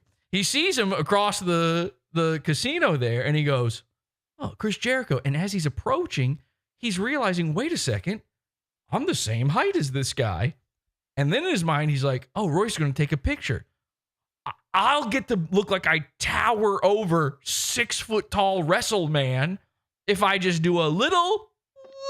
You know what he's doing? He's doing the move that David Blaine does to look like he's levitating, that makes black people run away scared, thinking he's a devil man. David Blaine actually is the guy who had the flaming sword and performed Royce's wedding ceremony. So he is on his tippy toes. You can see, look at the shadow beneath Chris's feet. Very dark, very close to the shoe. Look at the shadow beneath Mersh's feet. Mm-hmm. It's completely different, very light. You can tell it goes all the way up to the toe. You can see it. He's floating there. And on top of that, and this was pointed out, he has some of the thickest soles you've ever seen on a man's shoes. This is trickery. This is a forgery. Mersh attempted Another as a win for the toe. What's that? Another win for the toe? Is that what you just said? That's so fucking funny. Mersh is attempting to trick the nation. He thought he could get away with this. He didn't realize that PODAWFUL, my eagle eyes, would be on the case. And what was his undoing? His little tiny butt. If I hadn't wanted to look in on that clench, the death grip. By the way, if Mersh's hand would hold his money as tightly as his asshole holds his jeans, then he would never go broke. You couldn't part with that money. I'm telling you, this would have never happened, Mersh. Look at that. This would have I've got different. This picture is exactly the same as. Do you remember that infamous shoot from the Irishman where De Niro's wearing lifts? Yes, I was thinking of that too. It's exactly the same. His soul is 3 inches thick on these shoes. And by the way, 1 inch acceptable. Shoes are going to give you an inch. I mean, you're literally putting something on the bottom of your feet. That's fine. This dude is putting on 2 extra inches and then lifting off the ground. I am legitimately shocked that he didn't jump for this photo. And the entire thing was evilly masterminded by Royce. So I have to say it. Royce, thank you.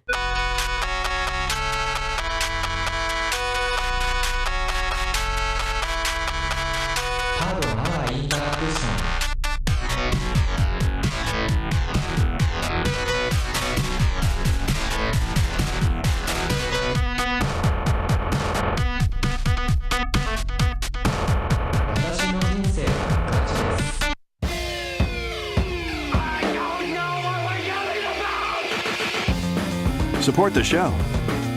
Join the Pizza Fund. PODAWFUL.pizza. Pizza.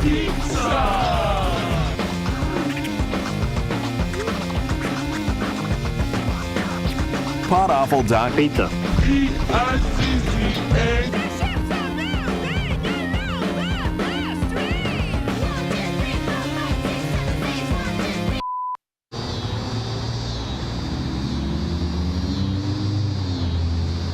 By the way, what does this look like if I just sit here? What if this was what if this is the way I had things set up all the time? I just always have this picture over my shoulder. I switch between this version and this version, really blow it up for you to look at his bahunkus, really take in his full buffalo hump. It's better than fireworks. I believe what happened is his butt traveled up his back like a bubble.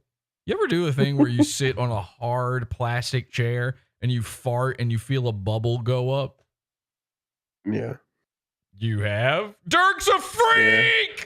Got him. That was a test you failed. That was a test. That happened to Mersh's butt. He sat on a chair, he farted, and it went up his back. His entire butt traveled and became his buffalo hump. That's real. Okay, so that's real, I said. As if that's an option. You can't just claim that it's real. Okay, so where am I going here? Oh, I got it. The Rumble. Let me go to their video here. This is the episode from when they came back from Vegas, and oh my God. So they covered this like 2 times on the episode, which means I get to cover it now 2 more times on this episode. We're going to watch both of their coverages of this photo and hear all of their lies and all of their copes, and also explore the mystery. Porcelain, are you familiar with the mystery? Do you know what's going on with the mystery? Is that the food mystery? Or? No, this is not a food mystery. This is a very different type of mystery. Oh, no. What's going on here? No, I'm not aware of this then. All right, so you didn't see it, but Mersh got up from Revenge of the Sis live during the show, and everybody's been taking guesses as to what was happening and why. What mysteriously made him run away? And when he comes back, he's in such a state of panic that people are calling him Sissy Mersh. They're calling him gay for it. They have been formed. What is the consensus seems to be, a lot of people seem to be saying now, and I think they're just guessing on this. A lot of people have been saying that it had something to do with his car. You know, he got rid of the Beamer of Theseus. What was that, 3 years ago or something? He got the Caddy, which is like a fake. It's like a fake Caddy or something. It's like some old grandma car from 10 years ago. And everybody thinks it had something to do with that. Let's take a look. Wait, so Mersh got panicked and then ran away. Oh, you're about to see it. Are we sure that Baked didn't turn up? Are we sure that what? baked wasn't at the door or something? Well, it might. We're going to be theorizing here, okay? And by the way, I know the answer. Spoilers, I know the answer. It's better than being a lumpy potato. Speaking of being a lumpy potato, ladies and gentlemen, Royce Lopez. Oh. That's not nice. No, what happened with Rabbi Shmuley? Oh, with Russell Bree, I did see that where he's like, "Oh, Jesus, mate, it's a Judeo-Christian thing, mate." Oh, so you did see it? We're both right, we said. All right. This is them coming back from Vegas, just to be clear. This is the beginning of their show. Isn't it? No, we don't. Listen, I'm not saying Russell I Brand. met him through my girlfriend who's a Rothschild.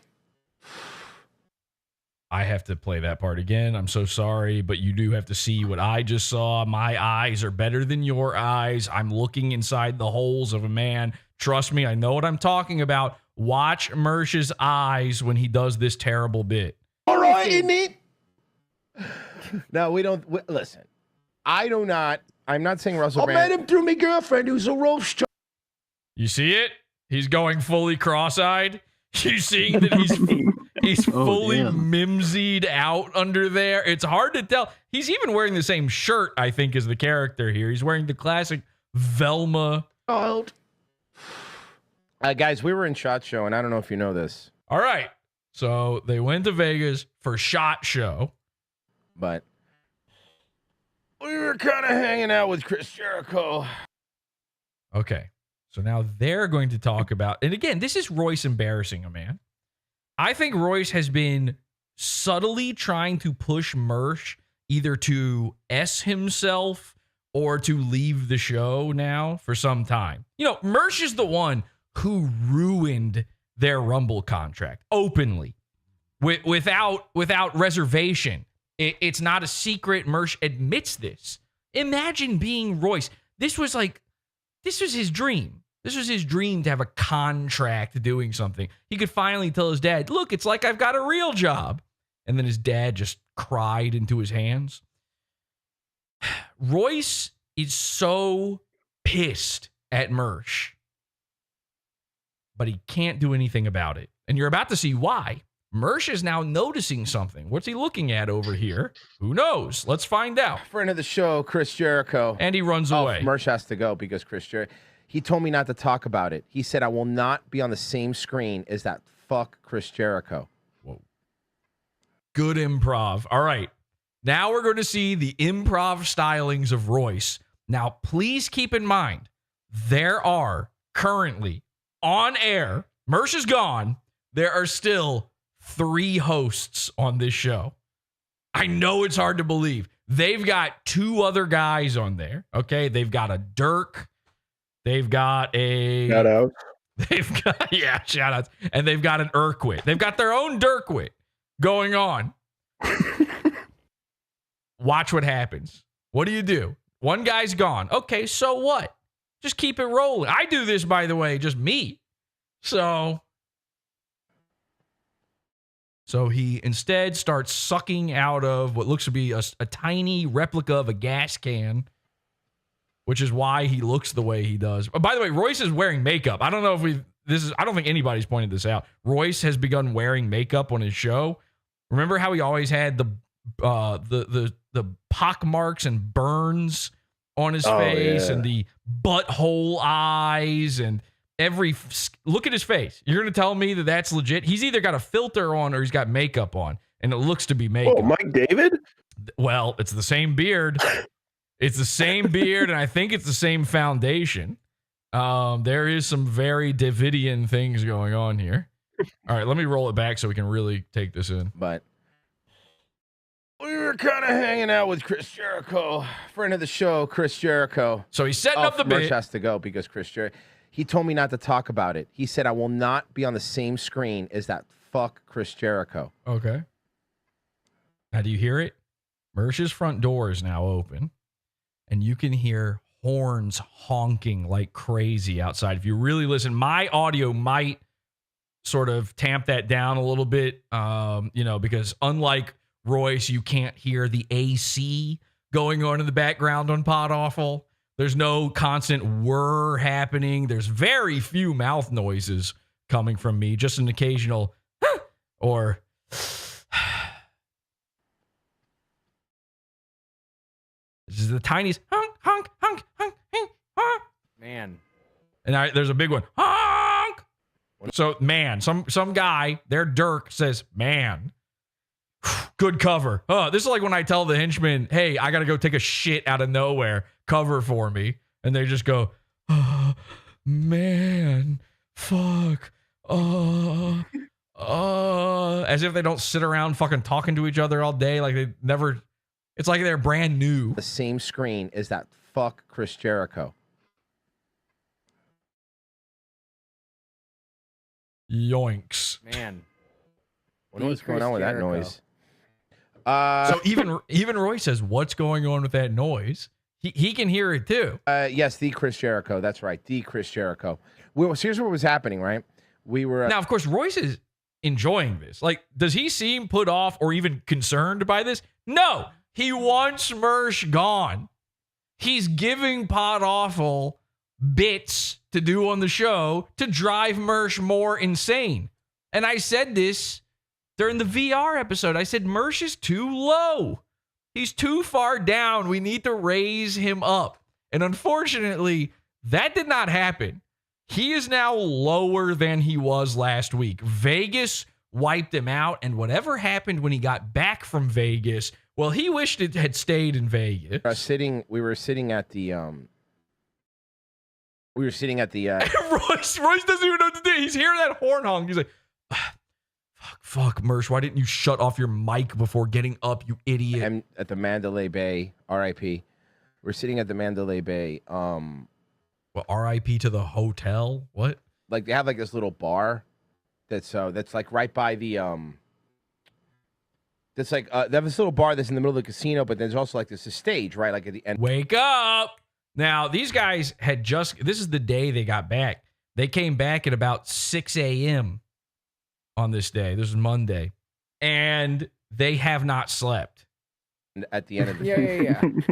And Mersh, particularly, has not slept. So there was like a cover band playing, and they were actually pretty fucking good.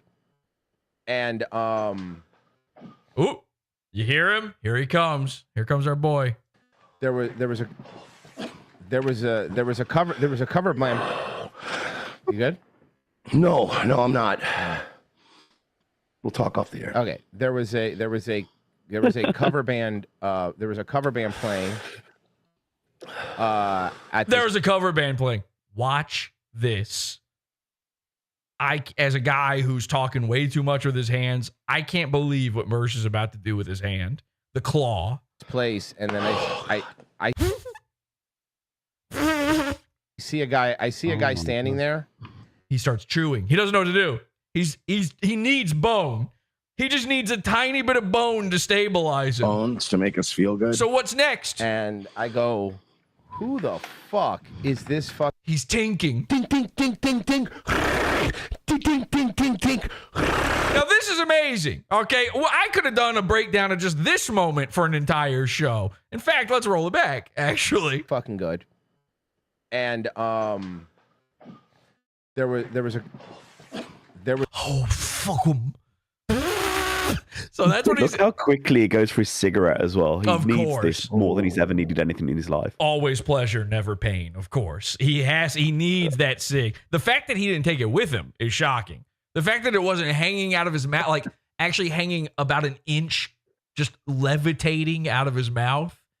You know, at like a cartoon character where he's like, it just comes along with him and his eyebrows are no longer attached to his head, is a shocker. You would have think he would have learned how to levitate a cigarette from Chris Jericho, by the way. So he comes back, he goes, ooh, fuck, ooh, fuck, because he is so messed up right now. Whatever's going on, whatever the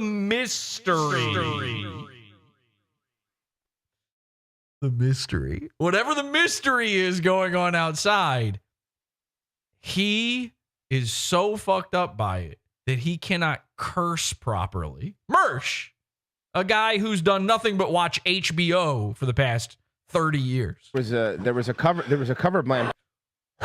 What is it, cold outside? You're in Florida. What are you doing? Mersh is the diva of Vegas. Mersh is so performative, isn't it? It's performative the way it's performative for a woman. Like it is. It's coming naturally to him the way it would come naturally to, some spinster, some Karen. But it's like a spinster that wants you to ask her what's wrong, so she can just like rail off a million reasons. And it works. Watch.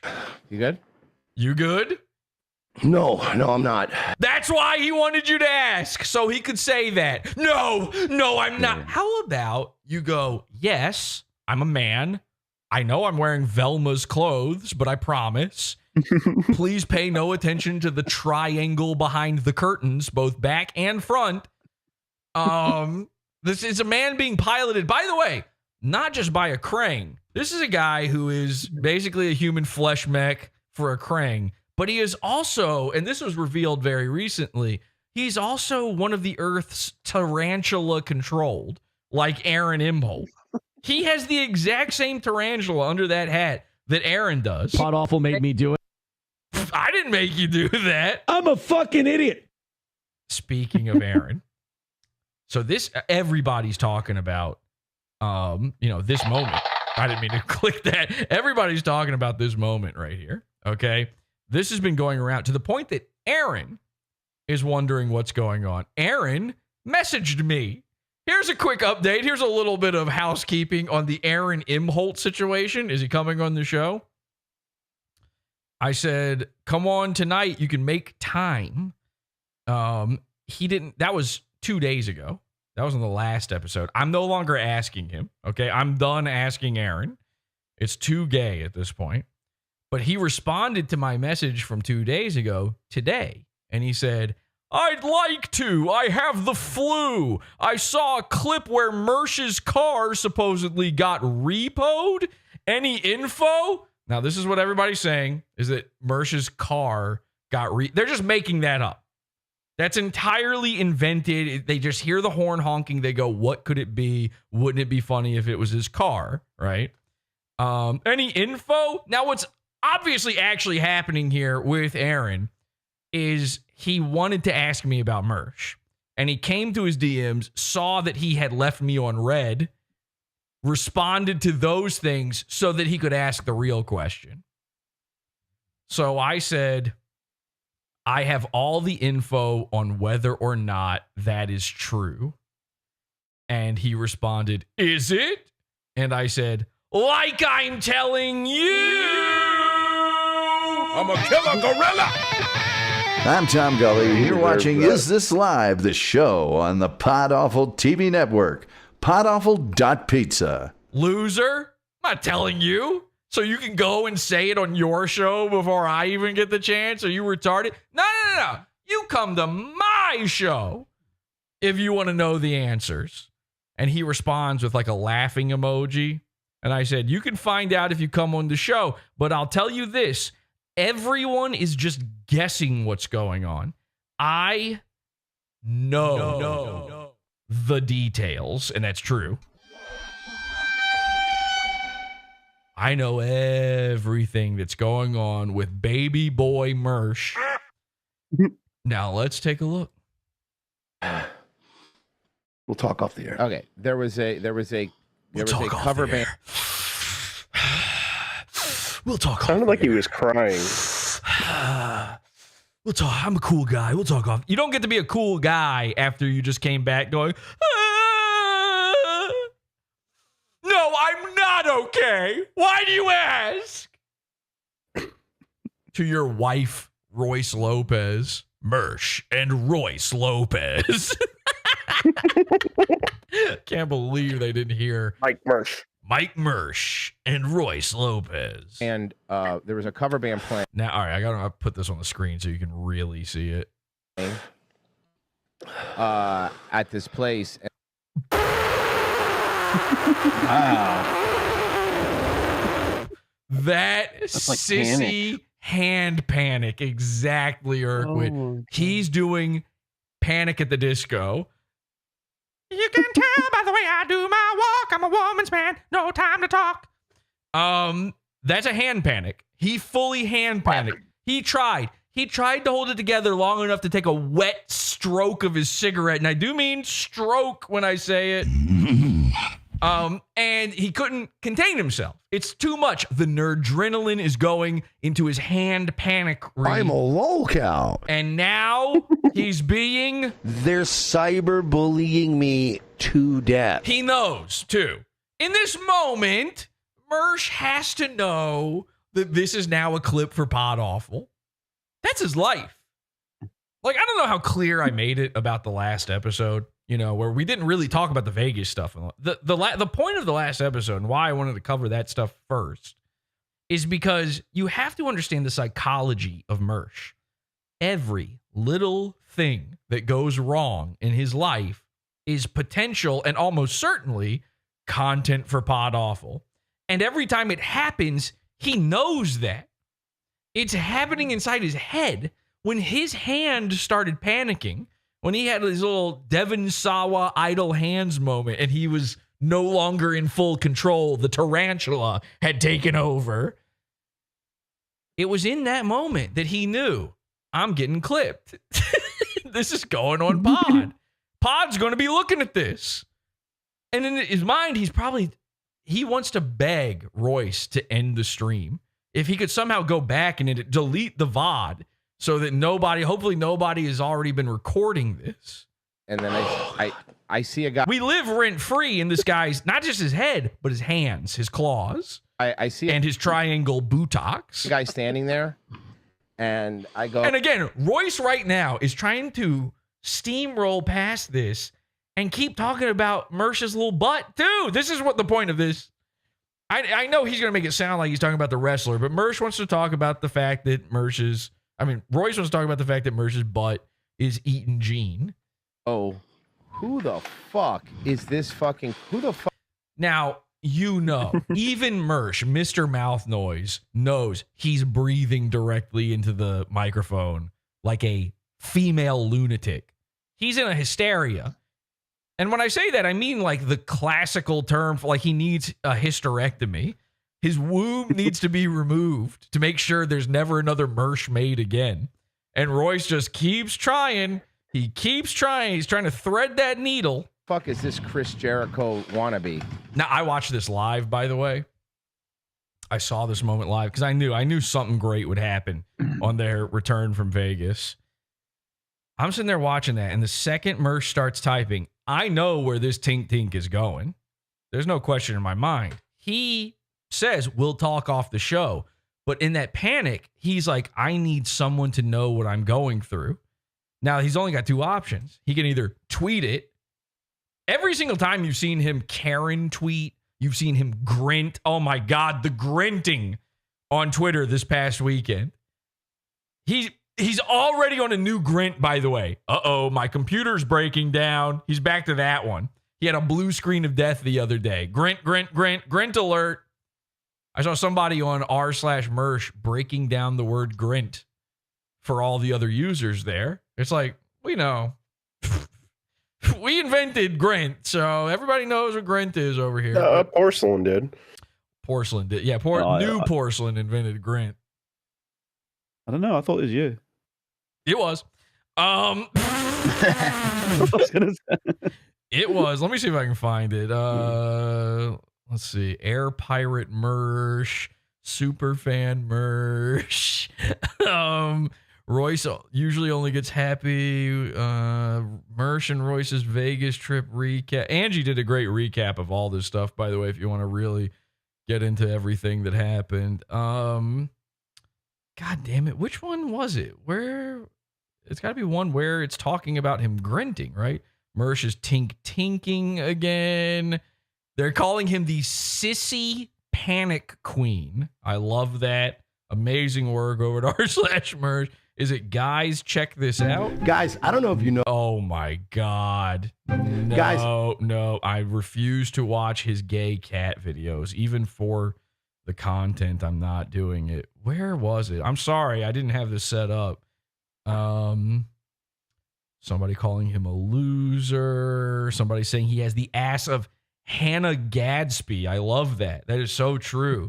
Yeah, remember when Hannah Gadsby, Nanette we used to call her, she put out her full Netflix special and they kept showing her from behind. We did a whole surviving episode of Nanette and they kept showing her washboard ass, which is really good look. Damn, I can't find the comment now. It was really funny though to read a guy, you know, I mean, this is sort of my forum now, the r/Mersh thing, me and Angie, and to read somebody explaining it was very funny. Oh, well, I can't find it now. It doesn't matter.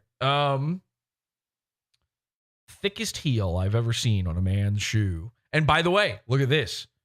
Now, Royce knows he's not going to get away with showing the tippy toe on the show. He's already showing this embarrassing photo.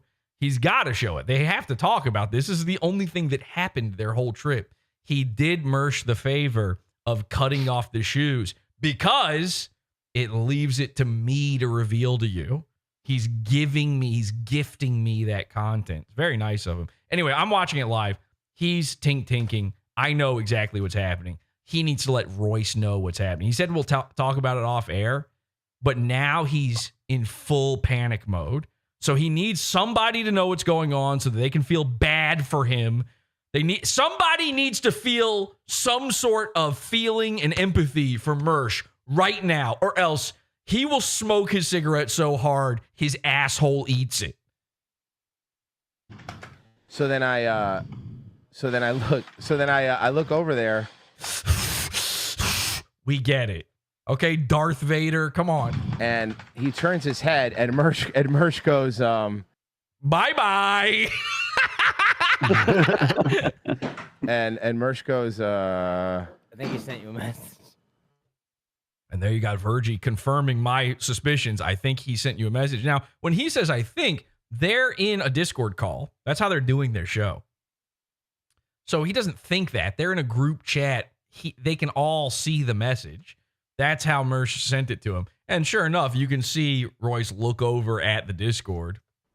oh, okay. Yeah, I got it. That's fine. Oh, yeah, that's fine. That's fine. What's fine? It doesn't look who fine. cares? It doesn't look fine when the claw is losing its mind. It's almost a hummingbird trying to flap. I don't think things are fine anymore. Yeah, but who cares? You're right. You're right, Dirt. Yeah, who gives a shit? Yeah, anyway, this guy stinks. Anyway, look at his stupid bow hunk next to Chris Jericho. It's fine. Am I saying that right, by the way? I think it's Chris Jericho. No, it's definitely Jericho. Could have fooled me. I never look up a pronunciation. So, what was I saying? Now, of course, Royce is like, yeah, it's fine, whatever. But he can't do the show without Mersh now. This is something I've always said. Why is it that when one of them has something going on, the other one doesn't just do Revenge of the Sis? Why do they both need to be there? Well, this will happen.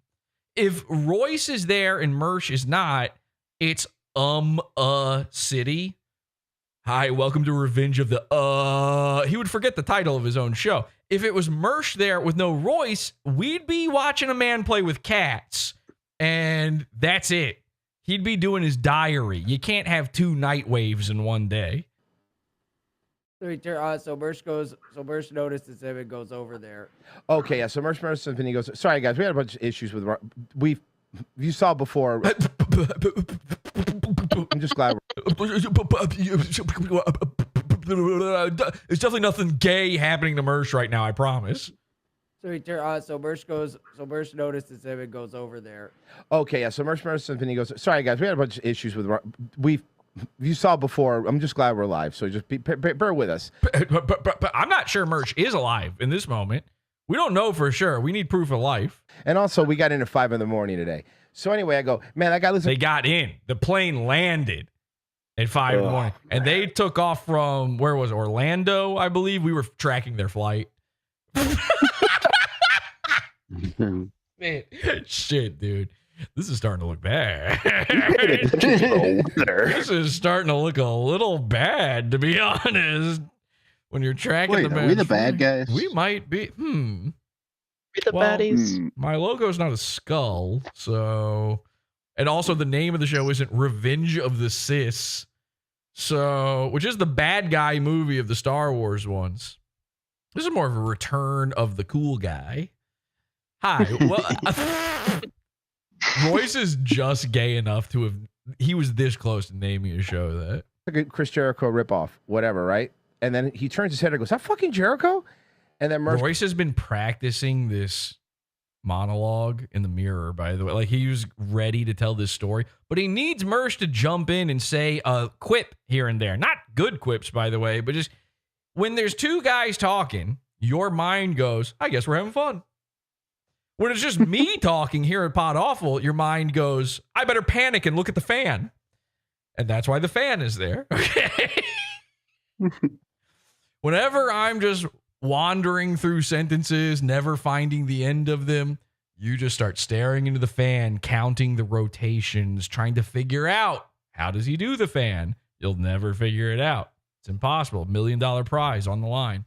He goes, I don't know. I guess I'm going to go look. And he walks over there, and it is. And as soon as he turns his head, I was like, oh, fuck, that's fucking Chris Jericho. By the way, we're going to tell this story again on the exact same episode 20 minutes later. He's going to do this word for word the same. So, oops, and now you hear Mersh stumbling. By the way, no show I've ever heard has this many e-ahs in it.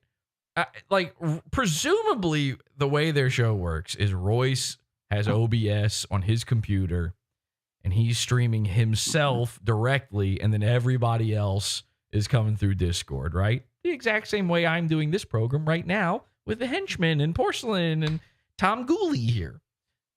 Now, I'm pretty sure, I can't be positive, but I'm pretty sure on my show, you don't hear a bunch of digital e-oo-ah-ees. There's not little monkeys running around in my mainframe affecting the sound of the show. But on Revenge of the Sis, there is. And he walks over there, and it is. And as soon as he turns his head, I was like, it's as if he's doing it through Discord for him, too. There isn't a single in-studio host of Revenge of the Sis. It's never been tried before. They must be logging into a third-party computer somewhere else on the other side of the country or something. Oh, fuck, that's fucking Chris Jericho. And, of course, he's wearing a tank top. I know it's Florida, right? I know it's not cold, but it's not hot there. It's still winter in Florida, right? He's wearing a tank top, and you still hear that AC on, which is right next to Royce. He is so dilapidated as a human being. His entire quintessence is so filled with bizarre forms of meat all over his body. Just these unformed, unthought about, there's no rhyme or reason to it, lumps everywhere, that he's hot at all times. There's nothing going on. They've got one computer. Remember, Mersh isn't even in studio anymore. You can't even blame it on, the methane coming from his cow farts. I'm a lolcow. So what's going on? Why does he need the AC? Why are we hearing the AC? Why are there little robots? So, did you hear that? The second I hit play. Now you can hear Mersh stumbling back in the frame. I take a photo. He's going. There's keys. I just heard keys. Why are keys involved? How is this a fucking show? Dude, how is this a fucking show? I mean, this is crazy. Every single thing that's going on right now is so insane. So why are there keys now? You can hear the man picking up his keys. He's jangling. Is he coming back to distract his idiot conservative boomer audience? Make him go, wee, I'm looking at something. Yay, it's the fan spinning. I don't know. I don't know what do the keys mean? It's like the numbers on Lost. What do the keys mean? It's a fucking mystery. I take a photo of it and okay, now there's a guy vrooming. A motorcycle just went through Mersh's living room. Some people. Was that the boat horn sound? Let's take a listen. So I take a photo I take a photo of it, and Yep, it was. And they don't live near water, by the way. So that's a boat threat.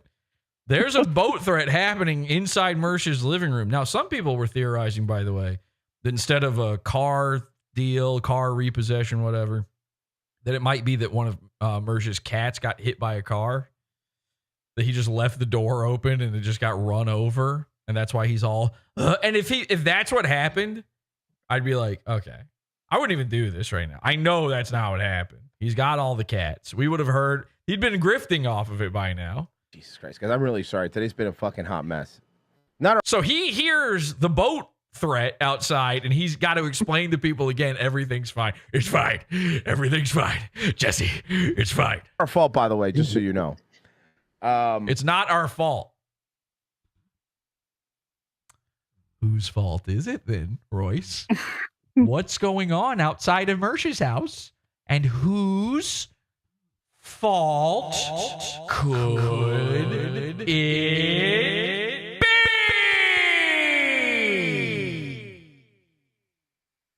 Three in one show. We're not sorry, so we're not sorry. We're definitely not sorry. 3 Zooms in one show. Really, Jesse? Okay. Kind of killing the bit. Mondays. Yeah, no, seriously. And it turned out to be him. It was weird because like I don't know if he said it already and I just tuned him out. I just toned out on this. But it's like a transformer is trying to turn this show into something good in the background. Did he already try to blame this on Rumble? And I just completely missed that. Yeah. What? How? They're not under contract with Rumble. What? How is Rumble making Mersh get up and run out of his house? How could you possibly? He bumbled through. Go ahead. He bumbled through all the excuses. He started to say and then and like fumbled it out. He had 6 or 7 different ideas and just didn't say any of them. You're saying he fumbled the Rumble? He fumbled the Rumble. Yeah, well, it's a frumble. But do you think he's been using dumbbells? Okay. He was just like he was dressed up in his like full gimmick, you know. This is called clothing, Roy. I mean, I know it's like a magician's bizarre gay wardrobe, but it's not a gimmick to wear clothing outdoors. Most people do it. Oh, and I'm like, so I guess he wanted people to walk up to him.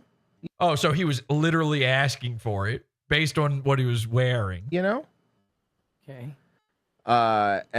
K. Thanks, Virgie. Thank God they pay Virgie to be there. K. Yeah. Also, something else. If you look at the photo, Mersh's fucking butt is eating his jeans. Chris Jericho, kind of short, right, for a wrestler? Thanks. You're gonna tell me this isn't Royce setting me up, and here I am going, knocking it out of the park. Yeah, how tall? I'm gonna look. Mersh is taller than him, and Mersh is a little taller than me, I guess. But everybody's taller than you. I saw a toadstool that was taller than Royce one time. Same shape and lumps. Yeah, short guy, bow-legged, really nice though. Bow-legged, he says. I don't know what he was doing in Vegas.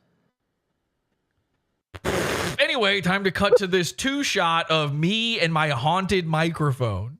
But anyway. You already said but anyway. Okay? You want to do a butt anyway? Go back to the photo of Mersh's butt anyway. Man, this has just been a rough start today. Bye, guys. It is what it is. Crazy. You can't write this stuff, can you? Mersh being a gay lady? I could write it. If it's one thing, if it's not one thing, it's another thing. So name one thing. I dare you.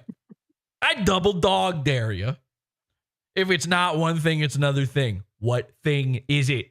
We're 9 minutes in. Okay? We're 9 minutes in. Which things are happening? It's not one thing. It's another thing. There's so many ends of days and things, and it is what it is. But at the end of the day, it is what it is.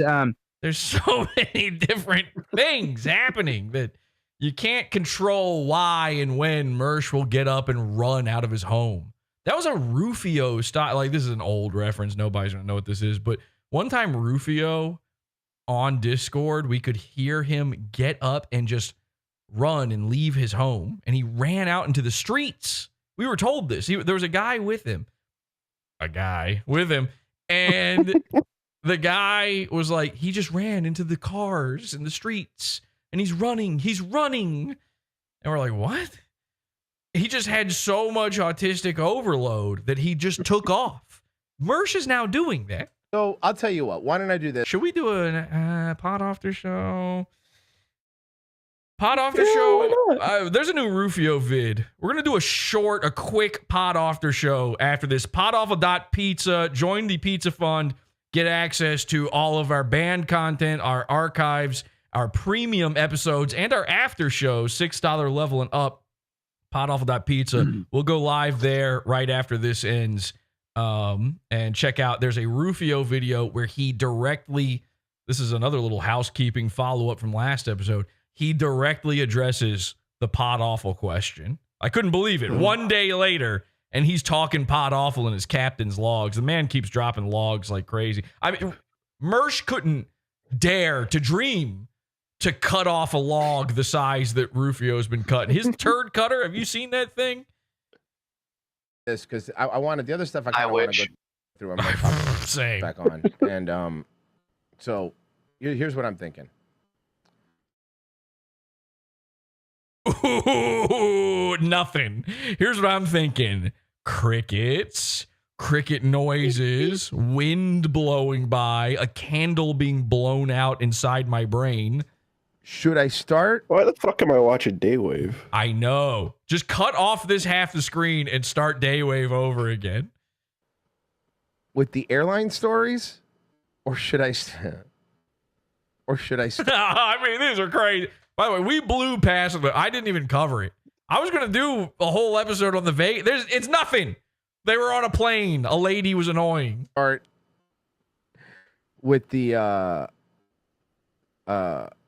Vegas stories. Well, what do you think? Or start with the Vegas story. How did you not intro the show? How is there not some amazing... Why did you go to Vegas? Help. Hello? Can somebody explain this to me? I'm days in now researching, and I cannot figure it out. Tumbleweed, people are saying, yeah. Tumbleweed. A tumbleweed through Royce's head as he figures out what to do. It's all Vegas-y. Look at it go. Tumbleweed. Yeah. There's Royce's brain. This is Mersh's brain for sure. Winter penis now available, by the way. We do have... I just noticed that last show. I heard you laugh at it last show. I was like, I literally picked up on that and thought, did Urquit just notice winter penis for the first time? We do have winter penis vacancies. All right. I'm gonna... God, the airline. Okay, so... I want to. I love he's looking to Virgie for commentary. And Virgie's like... of all people. Virgie doesn't even know what to do. And I think Virgie's leaving him out to dry a little bit here, too. I think there's kind of a full-on, like, Mexican standoff upheaval going on at Revenge of the Sis, where everyone hates everyone else and is trying to sabotage the show. Did that happen to you? Yeah, I'm gonna make a statement here, by the way, to all you fuckers before I say. I would love for you to make a statement. Say anything. There's so much dead air and robot noise going on. This because on Twitter this weekend. Oh, right, yeah. Every time something stupid was going on in Spirit, I was like taking a picture of it or tweeting out because I wanted to remember to talk about it on the show. Because I'm flying Spirit Airlines. Now, I'm going to wait before I say the next thing. Because I said this earlier on Daywave, but that isn't really, we have people that can't listen to both, and that's fine. But yeah, like normal human beings cannot listen to both. Daywave is very difficult to listen to. In fact, I think the only people that do listen to it are the 15 co-hosts that are on it, which are all just guys that Royce lets plow his wife. But 376 people watching right now. Shout out. 376. 889 annual. Classic. I'm gonna wait for people to. There's a little bit of a delay. I'm gonna wait for people to do the typical. There's a little bit of a delay going on inside your brain. Wow, you're poor. Why would you fly Spirit? Who would fly Spirit? Boy, you sure are poor. What a poor fuck. What do you mean you're gonna wait for? We've been doing that since you posted the first picture and said you're on. You could have just, by the way, not said you were on Spirit Airlines. That was an option. True. Oh man, Spirit, not even once. Spirit's the worst. Yeah, guys, I know Spirit's the worst. So before I continue my fucking story. Okay, let's hear the cope. You ready, everybody? He's going to. I'm going to cope and seethe. I got one for everything. I want to be very, very, very clear here. I only fly Spirit when there is no other option to fly Spirit. I am not a guy who gives a shit about saving money. I am a big believer. I would rather spend more. You know who is? The guy with no money. Your co-host that you're forced to fly with. Let me be clear about something. Royce does not want to fly with no other man or woman. He doesn't want his wife there. The guy went to Vegas, left his wife behind. What was she doing? Some guy was taking pictures of her. I'm not making that up. Royce purposely left his wife behind while she started playing photo shoot with some guy. Okay? He's going there to do ungodly, unspeakable, unsavory things. He doesn't want Mersh towing along. He's got to let Mersh tow along because he wants to use the company funds to do it. Why? Because then they can write it off on their taxes. What are they doing in Vegas? They're taking a Vegas vacation. You're watching a tax crime happen. Audit them. Okay? Somebody call the IRS on these guys because... Hasn't Mersh like bragged about this before, I feel like? He also has been audited for the past 5 years, apparently. He's in some sort of hellhole when it comes to taxes. I don't know what's going on there. Yeah, the IRS showed up. That's why you freaked out. That's what's going on outside. Nah, probably not. But, or is it? I don't know. I do know. So, these guys are going to Vegas. They're taking a vacation. They talk about it on the show, and then they get to go, that was a necessary thing for the show for us to talk about the fact that Mersh creeped out Chris Jericho. We had to go. We had to see the guns. It's like, you didn't do anything. You didn't produce anything. You made nothing. There was no purpose for it. So he wants to go there, and he wants to do, Mersh is open. At the very least, you got to give Mersh this. When he's getting jacked off by a Chinese slave, he's going to tell you about it. Okay? He wants you to know about it. His slime going everywhere. The poor Chinese lady trying to figure out what squirsh is now that it's all up her arm. And... he goes, that's your tip, by the way. And he runs out the door, still wearing just a bath towel and nothing else. Keep the change, sucker. And the change being his dusty old clothes, his Temple OS hat. So this is the thing with Royce. He is going there and he is doing the unspeakable because he's literally not speaking about it. What is the big secret of Vegas? What's happening there that must stay there? It's exactly what you fucking think. We know the type of lifestyle this freak leads. Okay? So when he is cavorting around there, there's a reason there's barely any interaction between him and Mersh while they're doing these things. Ain't no business trip. Ain't no business meetings. They probably went to that gun show. I'm not even sure Mersh went. They probably went to that gun show for like 1 second to take a photo just so they can go, see the IRS? Please don't send your wheelchair agents after me. Zoom! Wheelchair Johnny comes and fucking arrests him. And then Royce goes and he indulges in his proclivities. We know what we don't have to talk about it. We don't need to know about his dark materials. We know what's going on. What happens, what darkness lurks in the hearts of cucked men. There's horrifying things happening. And he's forced to take Mersh. And so he's forced to ride Spirit Air. I believe him when he says, I'm not a guy who cares about spending money to be more comfortable. Of course he's not. It's not his money. It's his wife's money. It's his dad's money. It's the audience's money. It's the tax money. Of course he doesn't care. Mersh cares because Mersh is fucking broke. Mersh is begging every day, posting QR to Twitter, begging for your Qs and your Rs. The man's R'd enough already, by the way. And I mean that word both ways. By a baby. Does QR mean does that stand for like the Queen's ransom, maybe? Something like that. It's for queer and retarded. And the code is what Mersh is tapping underneath the stall doors to let Royce know that the guy is here.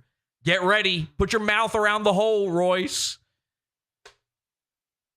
I'm saying that Royce goes to Vegas to suck guys off through a glory hole, and Mersh is the bouncer for this. Okay, so anyway, holding a flaming sword, knighting the man being sucked while it happens. Yeah, give me a fucking second. I'm on my break. I'll light the sword in just a second here, Chief. So, Royce doesn't want to go with Mersh. He doesn't want to fly Spirit. He has to because he also doesn't want to pay for Mersh. He already is paying for Mersh. Like, Royce pays Mersh. Royce is in charge of all money. Mersh literally calls it the Bank of Royce. He said that he gave Royce all of his money to stop himself from gambling. And then he went to Twitter and begged for $100 because Royce was asleep and he had no access to any funds. No access to any funds. How do you have zero money available as a man? He didn't just give Royce, his spending money. Like, there's no world where another man has every dime I own and I have no access to it. And so he begged Zen Rhino and Homo Trolleus or whoever the fuck he's got now, Jim PP. He's begging them for $100 to gamble on. I hope to God these SSI slaves aren't sending him anything. I hope they're not this stupid. I pray for these freaks. I really do. Look, I've had emails from Zen Rhino. They are exactly that stupid. I know. I have too. Everybody has. Mike David had emails from Zen Rhino about me. So I remember Zen was sending me an email once, and it was at a time when I was just absolutely done with him, and I was kind of replying to him, like telling him basically to fuck off. Yeah. And even then, he was like, "Look, I'm still going to send you some money," because he had like nothing. More money. Oh my God, that's insane. Yeah, he used to be a pizza funder, and I literally had to be like, "I'm good, man." He had this mental breakdown because one time, years and years ago, when I was still pretending to like ROTC, I jokingly, in the most obvious way possible, I jokingly said, "You know who really gets PODAWFUL? Zen Rhino. This is the guy who, like, he gets every joke I'm making. Nothing flies past him." He took it literally. So when I started making fun of him, he couldn't. It was like he was blindsided. He couldn't believe it. I mean, when you look at Zen Rhino, by the way, his entire head and body look like Royce's arms.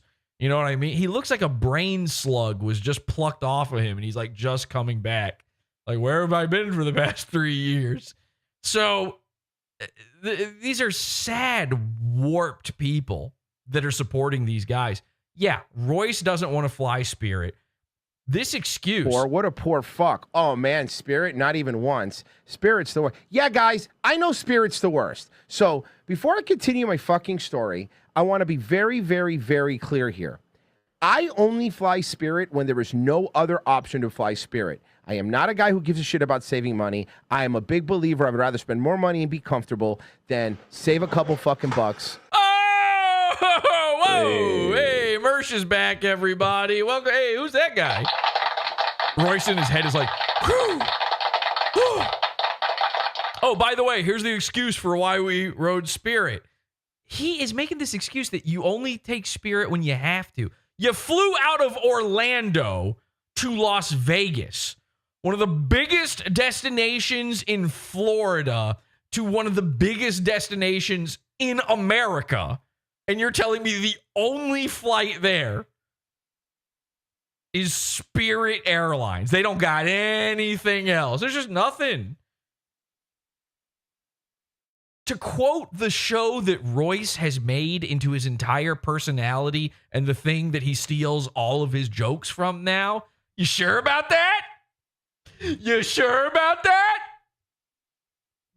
Actually, hang on a second. Besides, it's not like they've got important Look in the meetings chat. that they need There's to a attend flight. in Las Vegas. Orlando to Las Vegas flights. It doesn't have to be Orlando. They could go. There's 50. There's one from Tampa and from Orlando that are both direct flights through Southwest. Yeah, there's 50 airlines in 50 airports right around them. They have so many options. Like when I fly to Florida, which I do every once in a while, Mersh, there's like 5 different airports I might fly into. And they're all basically, it's like, in the end, it's like the same distance to where I'm going either way. It doesn't even matter. They're right there in that same area. They could go anywhere. Orlando to Las Vegas. Oh, it is a lot of Frontier and Spirit. I got to be honest. It's just they also cost like $100. It's just the 2 budget flights. But this is a guy who doesn't care about money, Royce. He doesn't care about your money that he's spending. So you could also take United, which is a faster flight, by the way. It's only 7 hours as opposed to 8. And yeah, it's, of course, $300 more to do it. So why would you do that? That's crazy. Here's a 5-hour flight. 5 hours, nonstop. And, you only have to pay $519. You guys can't afford that? You're giant killers. You're killing it over on Rumble with the contracts. Sorry, so Mersh is back. No other option to fly Spirit. I am not a guy who gives a shit about saving money. I am a big believer. I would rather spend more money and be comfortable than save a couple fucking bucks. Sorry about that. No, you're good. You're good, man. Save a couple bucks on Spirit Airlines. So before we can continue this next story, I want it to be completely and utterly clear that. It's so funny. That's the start of the show, too. Of course. It's right at the beginning. When else would it happen to a guy like Mersh? And look, he's Tink Tinking again. Tink, tink, tink, tink, tink. Tink, tink, tink, tink, tink. Like, how are you supposed to think about anything else throughout the rest of this episode? He's got to let Royce know. Yeah, of course. His mind is now no longer on the show. Somebody, by the way, Ahoy Goy in chat says it's 10:10 and Mersh is already just watching a video on Nightwave. No updates about his life or anything. Well, we've got updates. Don't worry. You could stop right here with all the you're poor. You could. You can stop right here with the you're poor. You can't say that. Mersh is back now. When he was off screen, this almost worked. Stop right here where you guys don't know what you're doing. You could stop right here with all that, okay? Do you think we can't just Google flights? We aren't going to be able to figure this out? I think Tampa, by the way, is a closer airport to them than Orlando. I'm pretty sure. I might be wrong about that, but it's somewhere between equidistant and closer. Okay. We had no choice. We flew Spirit. Okay? Now we can continue with the story. So.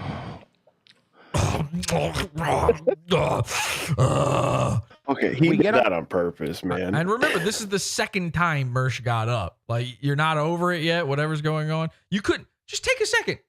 Stand outside the door and go. Shake it all out. Get ready. Mommy made me mash my M&Ms. We do a little zip zap zop with Virgie. You go and since this was kind of a last minute like booking thing, you know, because we were like, and look at Royce. He's like, he doesn't know what to do. He's right. Right now he's in. You know, it's the Empire Strikes Back. They're Revenge of the Sith. This is the Empire Strikes Back where the egg opens up and Darth Vader's getting his helmet on, and the guy is sitting there. You know, the Admiral Piet dude is standing there like, oh fuck. By the way, Royce's arms also look like Darth Vader's head. Are we gonna go? We're not gonna go. we finally did it. So normally when we fly Spirit, we get those big front seats, you know. We couldn't get them because it was like too close out, and of course everyone was going out to the shot show. So good luck.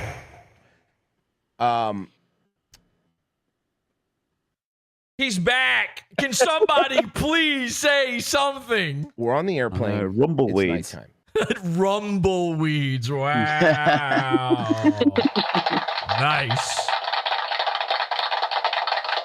Guys, Porcelain's back.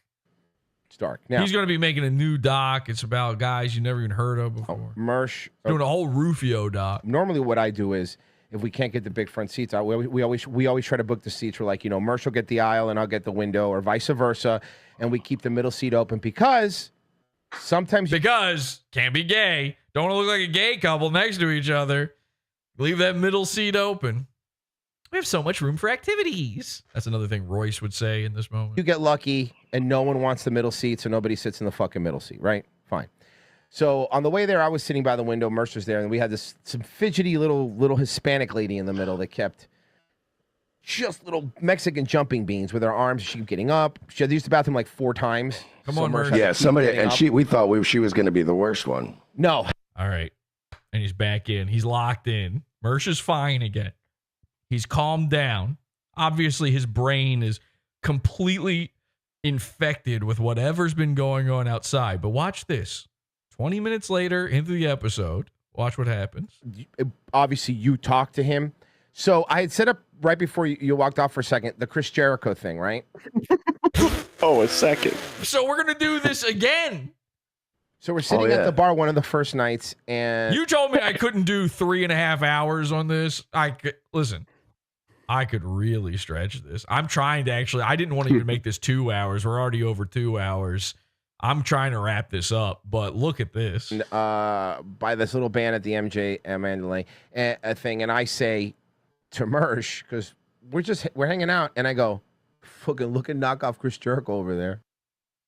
Okay, so he practiced in front of the mirror. Here we go. Take 2. And then you look. There's servos going off. I mean, you would expect that in, this. This looks like you should maybe be hearing those sounds. And then I look again. I go, is that Chris Jericho? And Mersh goes, I guess I'll find out. And he gets up and he walks over. So what happened when you walked over? Well, I hovered like where shit, I gotta go. Couldn't see me at first. Mm-hmm. And just tried to get a better look. And then I was like, oh. So he creeped up on him. Oh shit, that is Chris Jericho. So then I just walked up to him. But yeah, I just went up to him and I literally just was like, oh shit. And he's like, what's up? I'm like, is this fucking... Oh shit. Look at the way this man is. You can't walk up to a guy in a sequin gown going, oh shit. He's going to take it a different kind of way. He's expecting somebody. He's there for his grinder match. Real? Oh shit. And he's like, I think it's real. And I was like, oh shit. So I shook his hand and I'm like, you're fucking Chris Jericho. And he's like, yep. And you're about to be fucking Chris Jericho, if you know what I mean, soldier. I'm like, dude, that's awesome. I'm like, I've been a fan since forever. I was like, you've been a big part of my life, man. I just wanted to say you're awesome. And he was like, oh my God. Thanks, man. But I gotta say this. Man. He seemed very skittish. Mm-hmm. Oh, really? First of all, we all agreed he had no business at the Mandalay Bay. We thought because there was a show going on that maybe Fozzie was there or whatever, or he knew somebody in the band. He was hosting the show. I thought Chris Jericho was. Maybe he knew Animal was in the band. Yeah, Kermit was hanging out. His buddy out. Fozzie the Bear was opening. Dr. Teeth was doing a little number. Rolf was on the piano. Yeah, it's he had no business being there. What business do you have being there? We can't figure this out. These guys are so insane. A famous man's not allowed to go to Vegas? Why? He doesn't have an act to go up, so he's not allowed to be there? Neither do you. You showed up in your check bio outfit. You look like you're a joke You know, you look like you're a cartoon comedian from the 80s. He's probably looking at you going, oh, are you going up? Like, are they about to throw tomatoes at you or something? Hang you from the stage by a hook? See what happens? Are you some sort of circus performer? I notice your friend over there is taking a photo of you and your tippy toes. By the way, what are you guys up to right now? Was a part of some kind of show in Mandalay Bay. To the point where I was looking up online to see if maybe he was performing there or maybe some wrestling thing was going on. Was sitting there brainstorming because Royce was like, I don't know, AEW. All right, what about GCW? All right, what about that? Yeah, what about that? And then, he looked up AEW and Fozzy, and then I said, what about GCW? And you were like, oh yeah. Let me look that up. And you were like, no, they're not doing anything. And I'm like, wait, so these guys are so fucking autistic that they don't just ask him why he's there. They instead stare at him from a distance, Googling fucking AEW or whatever the hell. I mean, Porcelain, decent point and everything, but again, why does the man need a reason to be there? True. What reason do they have? They are, listen, I mean, really forget you know who Mersh and Royce are for a minute. Imagine this is your first time, and you're not seeing the show.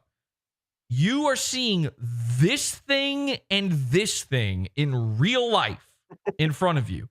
You are an average American man. And you've gone, for my vacation, I'm blowing it all in Vegas. Let's ride, baby. Let's see where this thing goes. And you see these two cretins walking around, holding hands, okay? Yeah. Taking photos of each other, pretending they're ballers. They're wearing dilapidated shoes. You know, Mersh, when he walks, those heels he's got on, they separate from the rest of the shoe. You can actually see his sock feet in between. As he takes every step, it slaps. Plop, plop, plop. He's got a big hole in the bottom of one shoe and a big splat of gum on the bottom of the other shoe, okay? And Royce is in there. He's in a casino wearing a tank top. You know he is. Wearing a hat and a tank top. You see these foul creatures, these horrifying little moppets, and you realize, like, wait a second, am I supposed to be here? Yeah. Was this a mistake, me coming here on vacation? Is this where these guys go? Oh, no, wait a second. Silly me. They must be doing some sort of, again, circus, freak show. These guys are part of, the Blue Man Group. These guys are part of the Goo Man Group. They're going to be beating drums filled with goo at some point, and must be some sort of they're going to bite the head off a chicken. I'm going to toss a nickel at their head and see if it bounces. The Blower Man Group. There's no reason Chris Jericho can't just be there enjoying himself. He might be there with his family. These two guys that look like this are there with each other. The interesting thing as well is that I'm pretty sure Chris Jericho didn't have to get his friend to restrict his money and then beg his other friends to pay for his gambling as well. I think that warrants him being there more than Mersh. I would bet he didn't take his live-in co-host with him to Vegas. Jericho can put it all on black without having to ask Royce. I don't know if this guy's got a family, if he's got a wife and kids. I'm betting he probably does. If he does, if he is now, there's a possibility that if he does, did Tom Gully just say that? Yeah. Yes, he does. Why do you know this? Oh yeah. He just did a show about him. Let me tell you about Chris Jericho's family. Because he's written 4 books, and one of them was sort of about that. Well, listen. He's got 3 kids. He's been married to the same woman for 25 years. So they're probably, his wife at the very least, probably there with him. If not, by the way, he's alone in Vegas, then somebody should go investigate his Canadian home to see if a Benoit situation's going on. There might be a child tangled in a Nordic track somewhere. Can you take all of that? Of particular interest to the PodAwful audience, self-absorbed filmmaker Kevin Smith cast Chris Jericho in his magnum opus Jay and Silent Bob reboot as a KKK Grand Wizard. Okay. I've never seen that movie. By the way, Kevin Smith, another guy that Matt Jarbo is styling himself after. So anyway, he has every excuse to be there. It's these two guys, these two sewer dwellers, where you see they're there. Not only are they there, they're there together. That doesn't make physical sense. Sure, one gambling addict, loser, drunk. I'll just let him finish this one. I know I'm fat. I know I'm a drunk. And I know I'm retarded. One of those being in Vegas by himself, completely degenerately, makes total sense. Some sort of bizarre sex cuck man, some cum-headed freak being in Vegas by himself, makes total sense. It's the fact that these two guys came together, pissing at the urinal style in the Spirit Airlines plane where they leave a seat between them in order for the woman crocheting across the aisle to not think they're gay. It's those freaks who have questions that need answering. Doing it. So what's funny is Jesse made a good point, Jericho, and I hate to say, it pains me to admit it, but when you're right, you're right. Thank you, Mersh. Just was walking around in the gimmick. That's what I said. It's called clothing. Okay, I don't care if this is what he wears when he's in the ring. It's still a jacket. Are you in your gimmick when you wear this retarded outfit, Mersh? Because I want to say yes. I do. It kind of feels gimmicky. I noticed, by the way, when he got up and ran away, he's not just wearing the Velma shirt. He's wearing the pants, the red Velma pants. This is his gimmick. I said he wasn't trying to hide who he was, But he also seemed... Well, yeah, he's not wearing a mask. What do you want him to do? He's not trying to hide who he is. What, has he got to put his hair under a wig that just looks like him again? You want him to wear a kahuna mask? You would have made fun of him for being gay if he had done that. Very skittish. Like I think he gets a lot of shit nowadays. Because he's, let's be honest, he's less popular than he's ever been. Yeah. And Mersh is more famous than he's ever been. Okay, so what happened? The mystery. Everybody wants to know what happened. What was the deal with everything going on with Mersh in that spectacular moment where he went total psycho mode and left the stream? Everyone wants to make their predictions about this. They're saying his car was repoed. Again, based on nothing, just guesses, just horn honks. His cats are dead. Somebody showed up. The tax man's knocking on his door. I don't know. I don't know what everybody's saying. Is there anyone? All right, Porcelain, if you had to guess, what do you think was going on in that moment? Did he get his mailbox cheesed again? He might have gotten his mailbox cheesed. That's certainly an option for Mersh, to have his human mailbox cheesed. Tom Gully, any guesses? I want to know what the chat... but I'm not sure I can say them. Do you know? Okay, so chat. I want the chat to guess. I want to hear every speculation on this. Okay? Every single little thought you might have on what could be going down behind the scenes with Mersh. Because again, I'm pretty sure that I actually know the answer. This isn't like a bit. This isn't I'm not leading you down some primrose path here. This is legit. I was sent information. Coleslaw. Someone spells out all the I'm saying in room. the chat is coleslaw. Yeah, coleslaw. I thought slaw. I hope it was actually you. He thought Mersh was going to touch him. About Chris Jericho.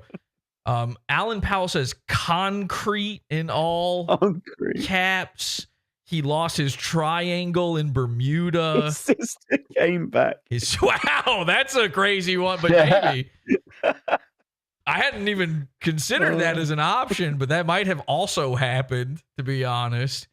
No. Here's the thing about Mersh. Mersh is a lolcow. And when it comes to lolcows, you can bet the farm on them.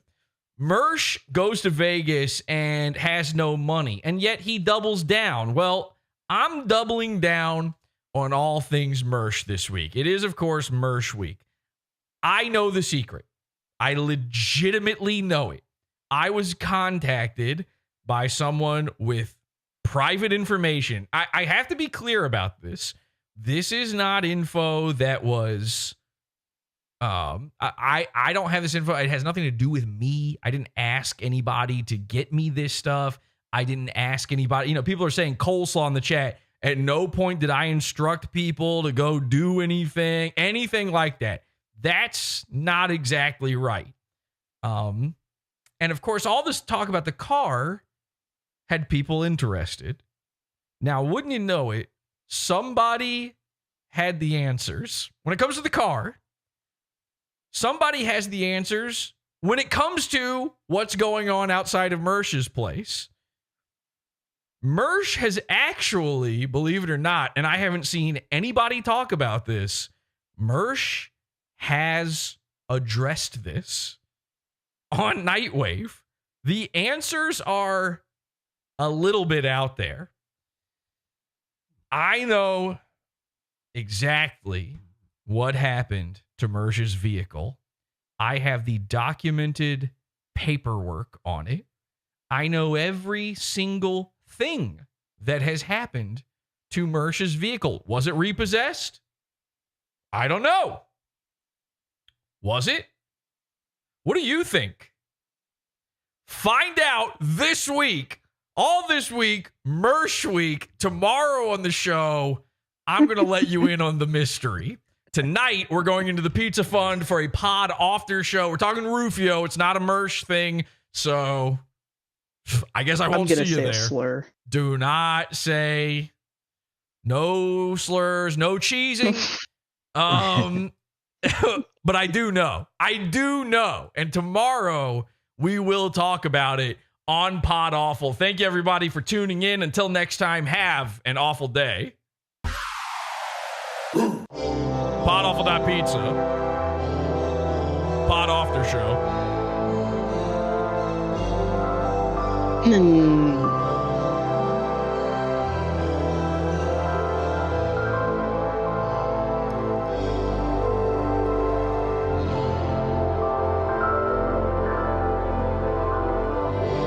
People are mad about the tease. They're mad about the tease, folks. Well, too bad. You're gay. They type furiously in chat that they're mad about the tease. Tink Tink. Tink, tink, tink, tink, tink.